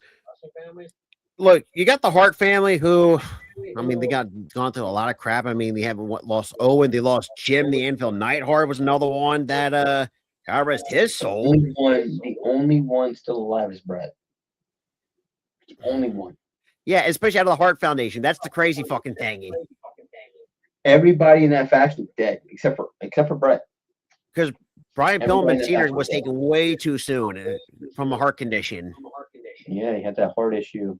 Oh, well, and top of another. Imagine Kurt wrestled Brett and Owen on top. Oh, that's some. Dude, that could be WrestleMania main event worthy. If we really think about it. Would have been. Oh, you talk about another one that another wrestling family that's really fucking cursed. They made a movie about it. The Von Erich family. Do you know all the shit they had to go through? Only one of the brothers is still alive to this day. I think everyone would have. Dude, I think everyone would have. One took his life from suicide. I think that was Carrie. No, was it Carrie? I think it might have been Carrie. was Kerry. Yeah, he took his life, and then Kevin had a health incident in Japan. And he's still kicking it nowadays. Wait, Kevin? Yeah, Kevin's still alive. Oh, yeah, Kevin's still alive. It's the younger brother. It's carrying the younger brother, the one that freaking Carrying the younger brother. Yeah, carrying the younger brother. I know the younger brother ended up. The younger brother ended up going to Japan and dying in this fucking hotel room. Even though that's still one of the greatest documentaries that A24 has ever fucking made. That's called The Iron Claw. Even though it's depressing us all damn hell. Bro, I cried. Oh, and none. I was gonna say. I wouldn't even. I didn't even know the fucking Von Erichs like that. But I wasn't even alive when they wrestled, bro. No, because that was during freaking when Rick was at the top of his game in the 80s. Yeah, that was when Rick was on top. Let's think. I would have been in so much trouble with my mom back then if Kurt wrestled Brett and Owen at WrestleMania. Fucking yelling and screaming at like 10 o'clock at night. Yep. Pretty much. Like I said, go to damn sleep. It's 10 o'clock at night. You got school in the morning. Oh God, I know. Me and Ty have been on the end of those every once in a while. No, I've never yelled and screamed and had to get yelled at to go to school or go to sleep. I love it. Like I said, we're gonna wrap this up because I gotta get ready for work in the morning. But overall, we appreciate anyone that's coming in or just finding this for the first time. Like I said, we do this just for shits and giggles, pretty much as a hobby. Credit to COVID for that. But put it this way, like Rob said, put it this way. The reason why we started this shit, COVID bored the shit out of us. I am definitely thinking He would have told me no more pay-per-views. Yeah, because remember back in the day when pay-per-views, it was a luxury. You have to call your cable company. Luxury. See, we were different because me and Tyler, we got 1 hour to watch wrestling before we had to go get ready for. Here's how the rules broke to my fucking family, right? During the school year, right?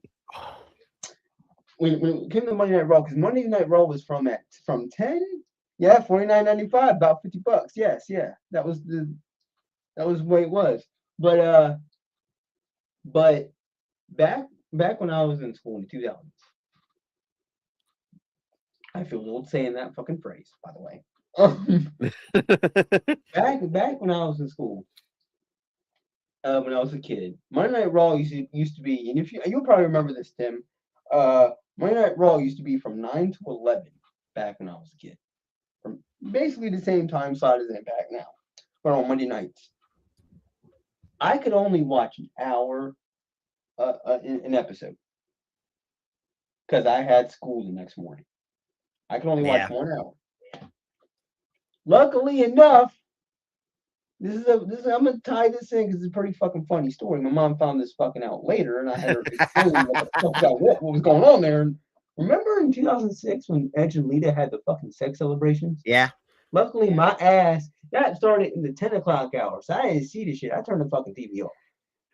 Oh, and here's another. I'm innocent and all that. By the way, I'm innocent. And I'm going to say that I'm going to tie this in too because I told this man about a year ago. I got so goddamn bored.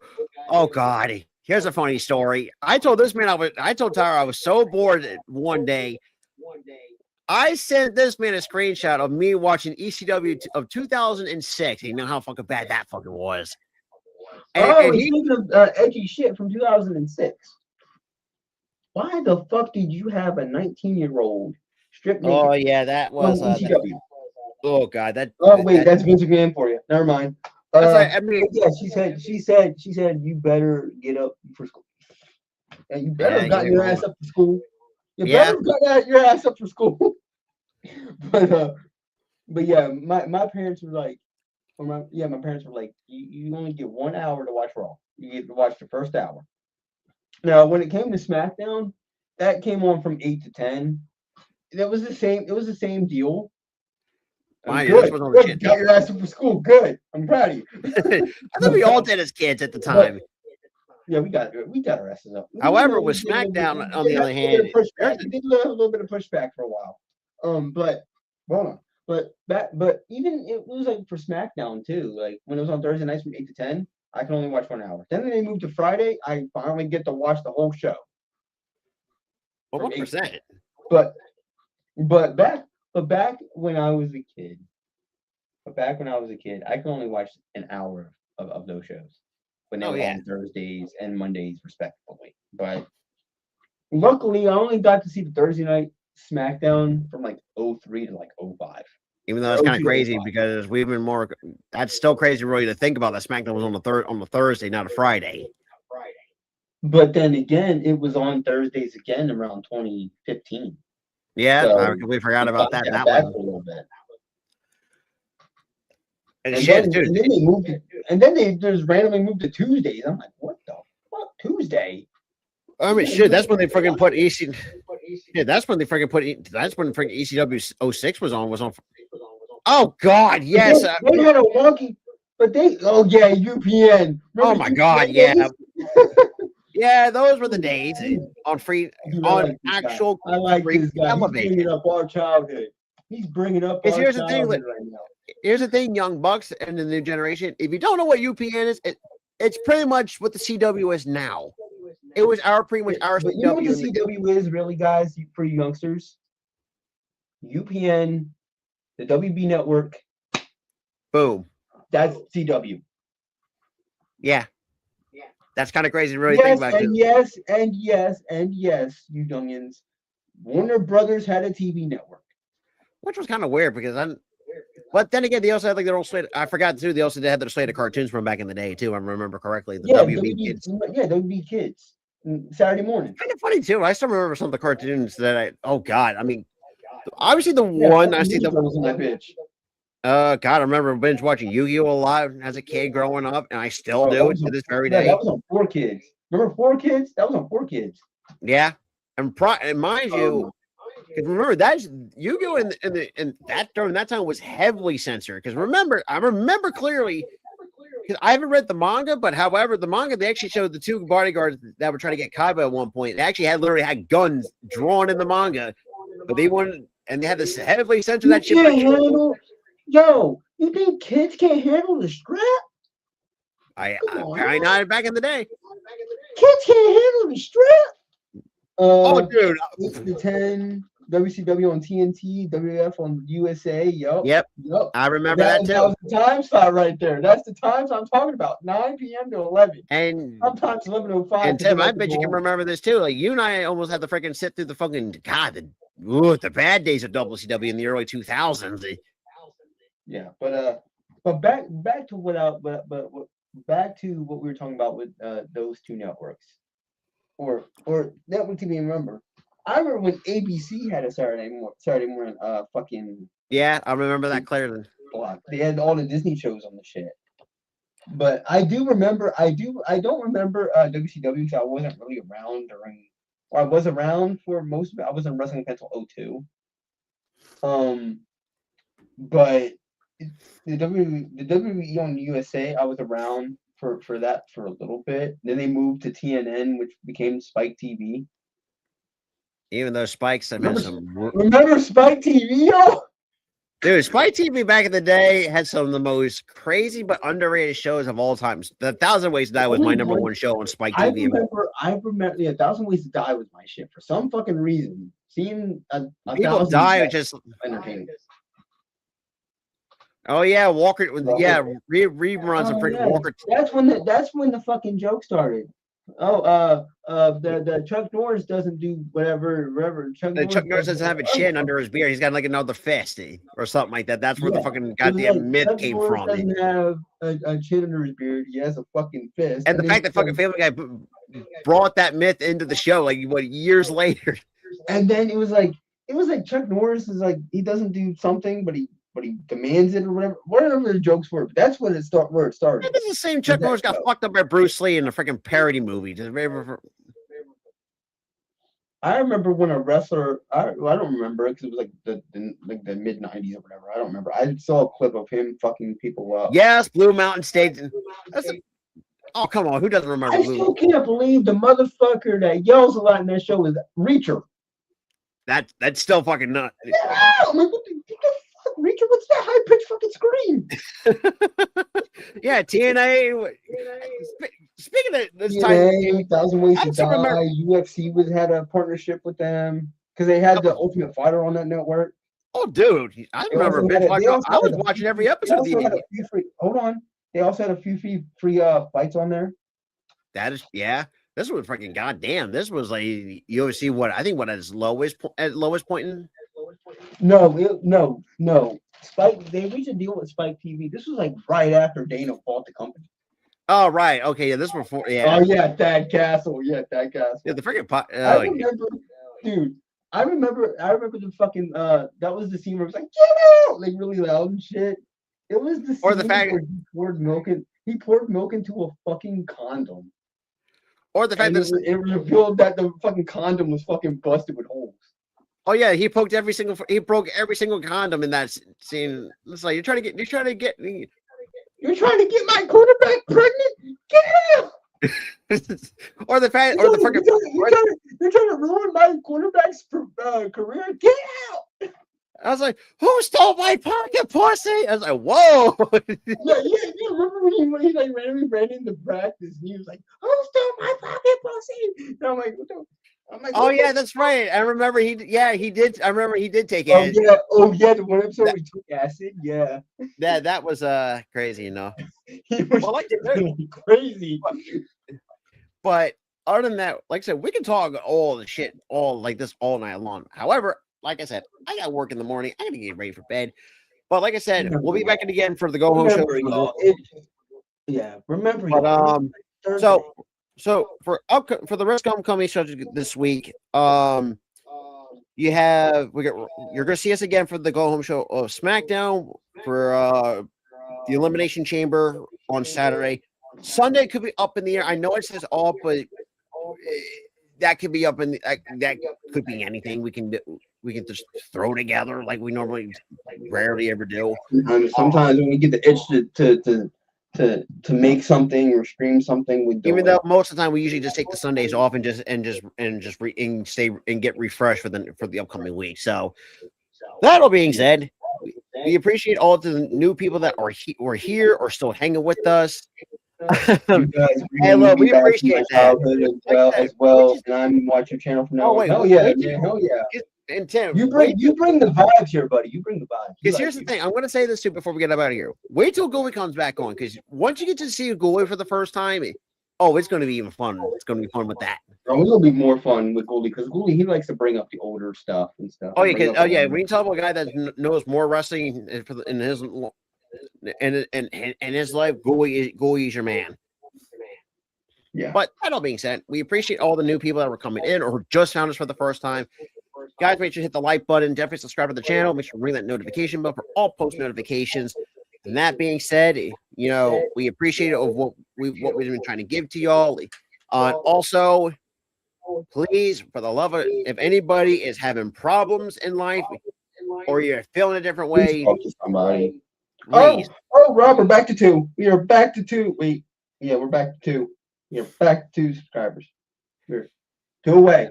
2 away, y'all. And also, and definitely the thing is too, and definitely share this out to a lot of people and get some more eyes. Because, like I said, we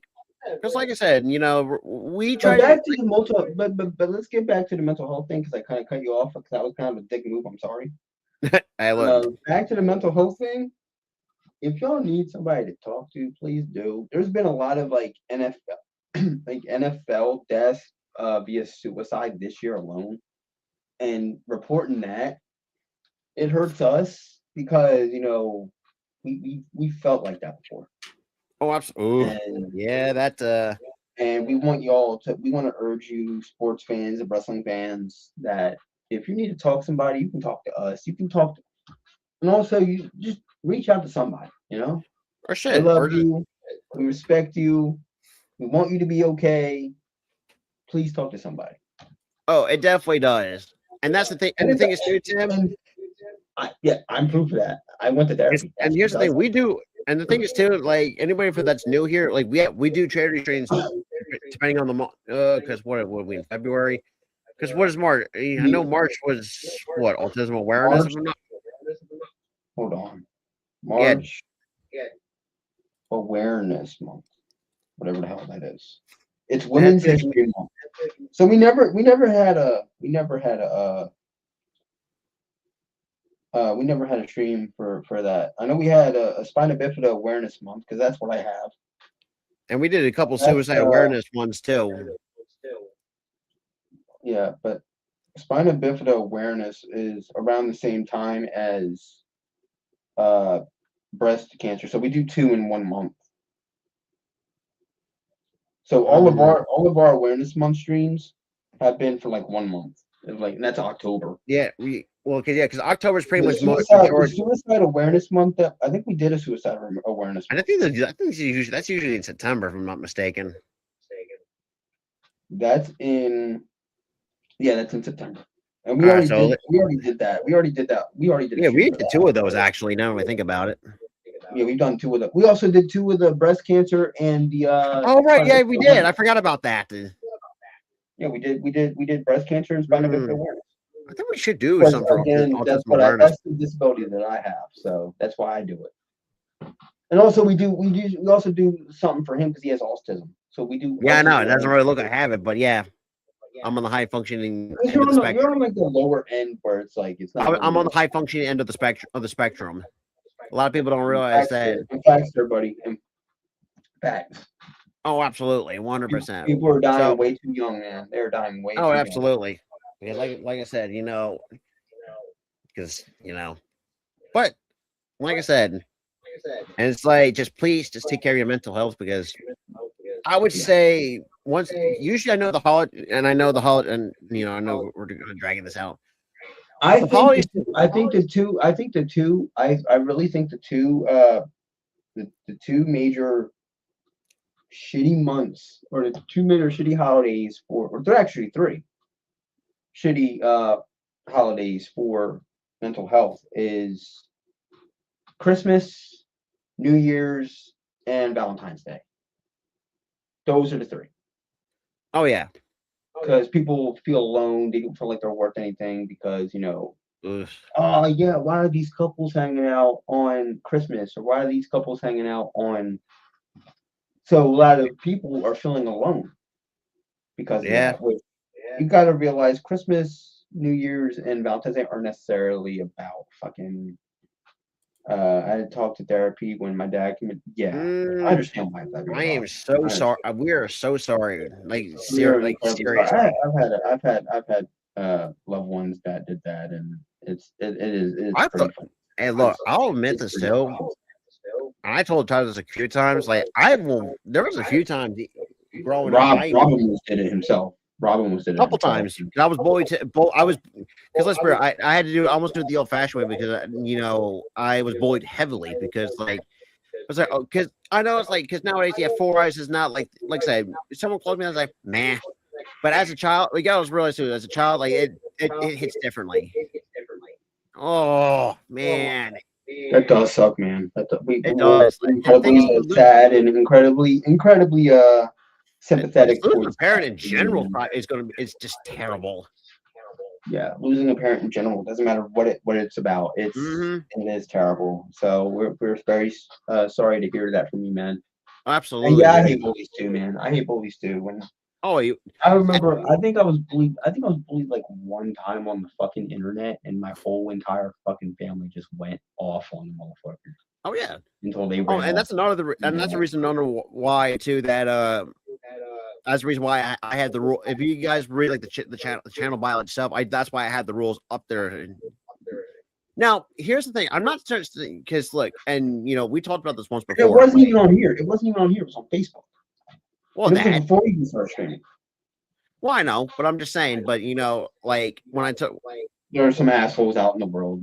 I had freaking block a lot of people on here because because of how they were saying about how I look. So yeah, I know I'm fat because let's be real. Yeah, am I insecure? Oh fucking yeah, I am. But at the same time, it's like I'm just happy to fucking be here. Like, y'all can just. Dude, that was me. I got bullied on Facebook because of my looks, and also I got bullied on here because of my looks. I remember that. I remember I had to get rid of. They had to mention they had to mention a certain thing. I don't want to get into it because I'm like super fucking. But seriously, like they had to mention my looks, and I'm like, dude, I'm not the best looking motherfucker out there. Neither am I. I'm like, he's not, but we're fucking here for a reason. We're happy to be fucking here. Who cares? Hey, look. I'm here for you. And look, and the thing is too, and this is another thing I've always said too, like we're not made for everybody. You know, when it comes to our dude, read that fucking. We got 2 people that kicked police asses in high school.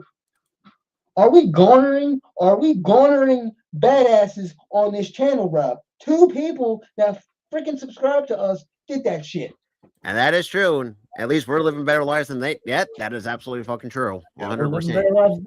I'll tell you that much. So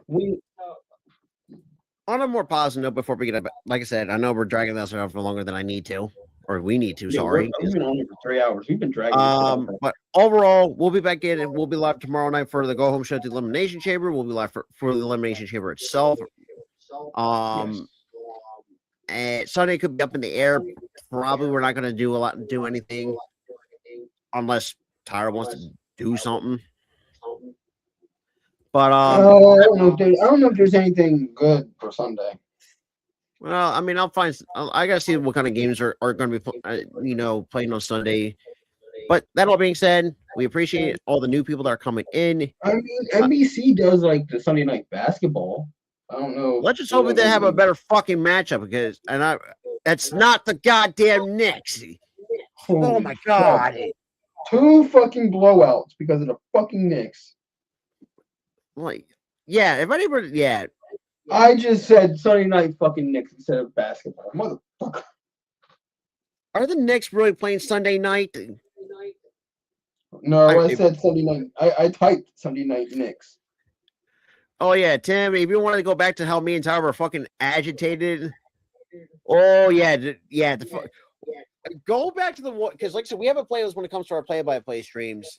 If you go back to the NBA one, know what, Rob? We should do Sunday night basketball. Who's on the slate of schedule that night?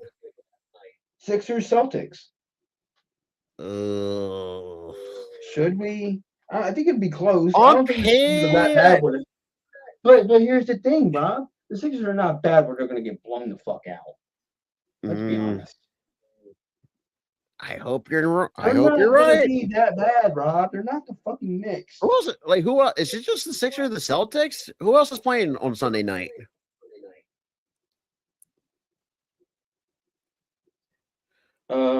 There's 2 options.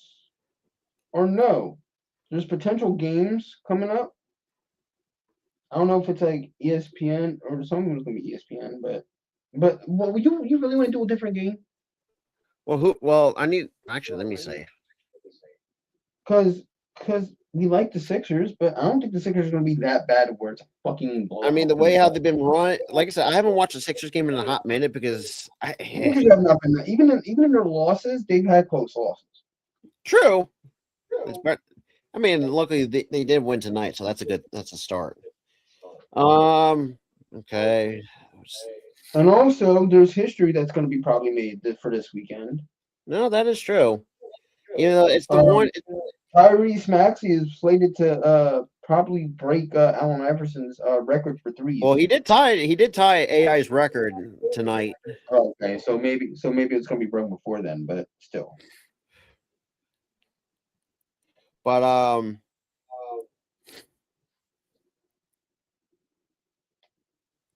that all being said, yeah, well, I guess we'll do Sixers and Celtics. So that all being said, we'll see you guys even on Sunday night too. So we'll give you a whole weekly schedule. I mean, if you want to, it's up in the air. Hey, shit, I'm down. It's better than fucking sitting on my ass doing nothing on a Sunday. Shit. Well, other than going to baseball practice, but that's not so. On my ass doing nothing too. So. Well, then again, I'm going to be home anyways. I'm running after 1:30 because I'm be done baseball practice. We're about to ramp it up for the spring season. Right. So that all being said, good night, everybody. I gotta go to bed. Peace, y'all.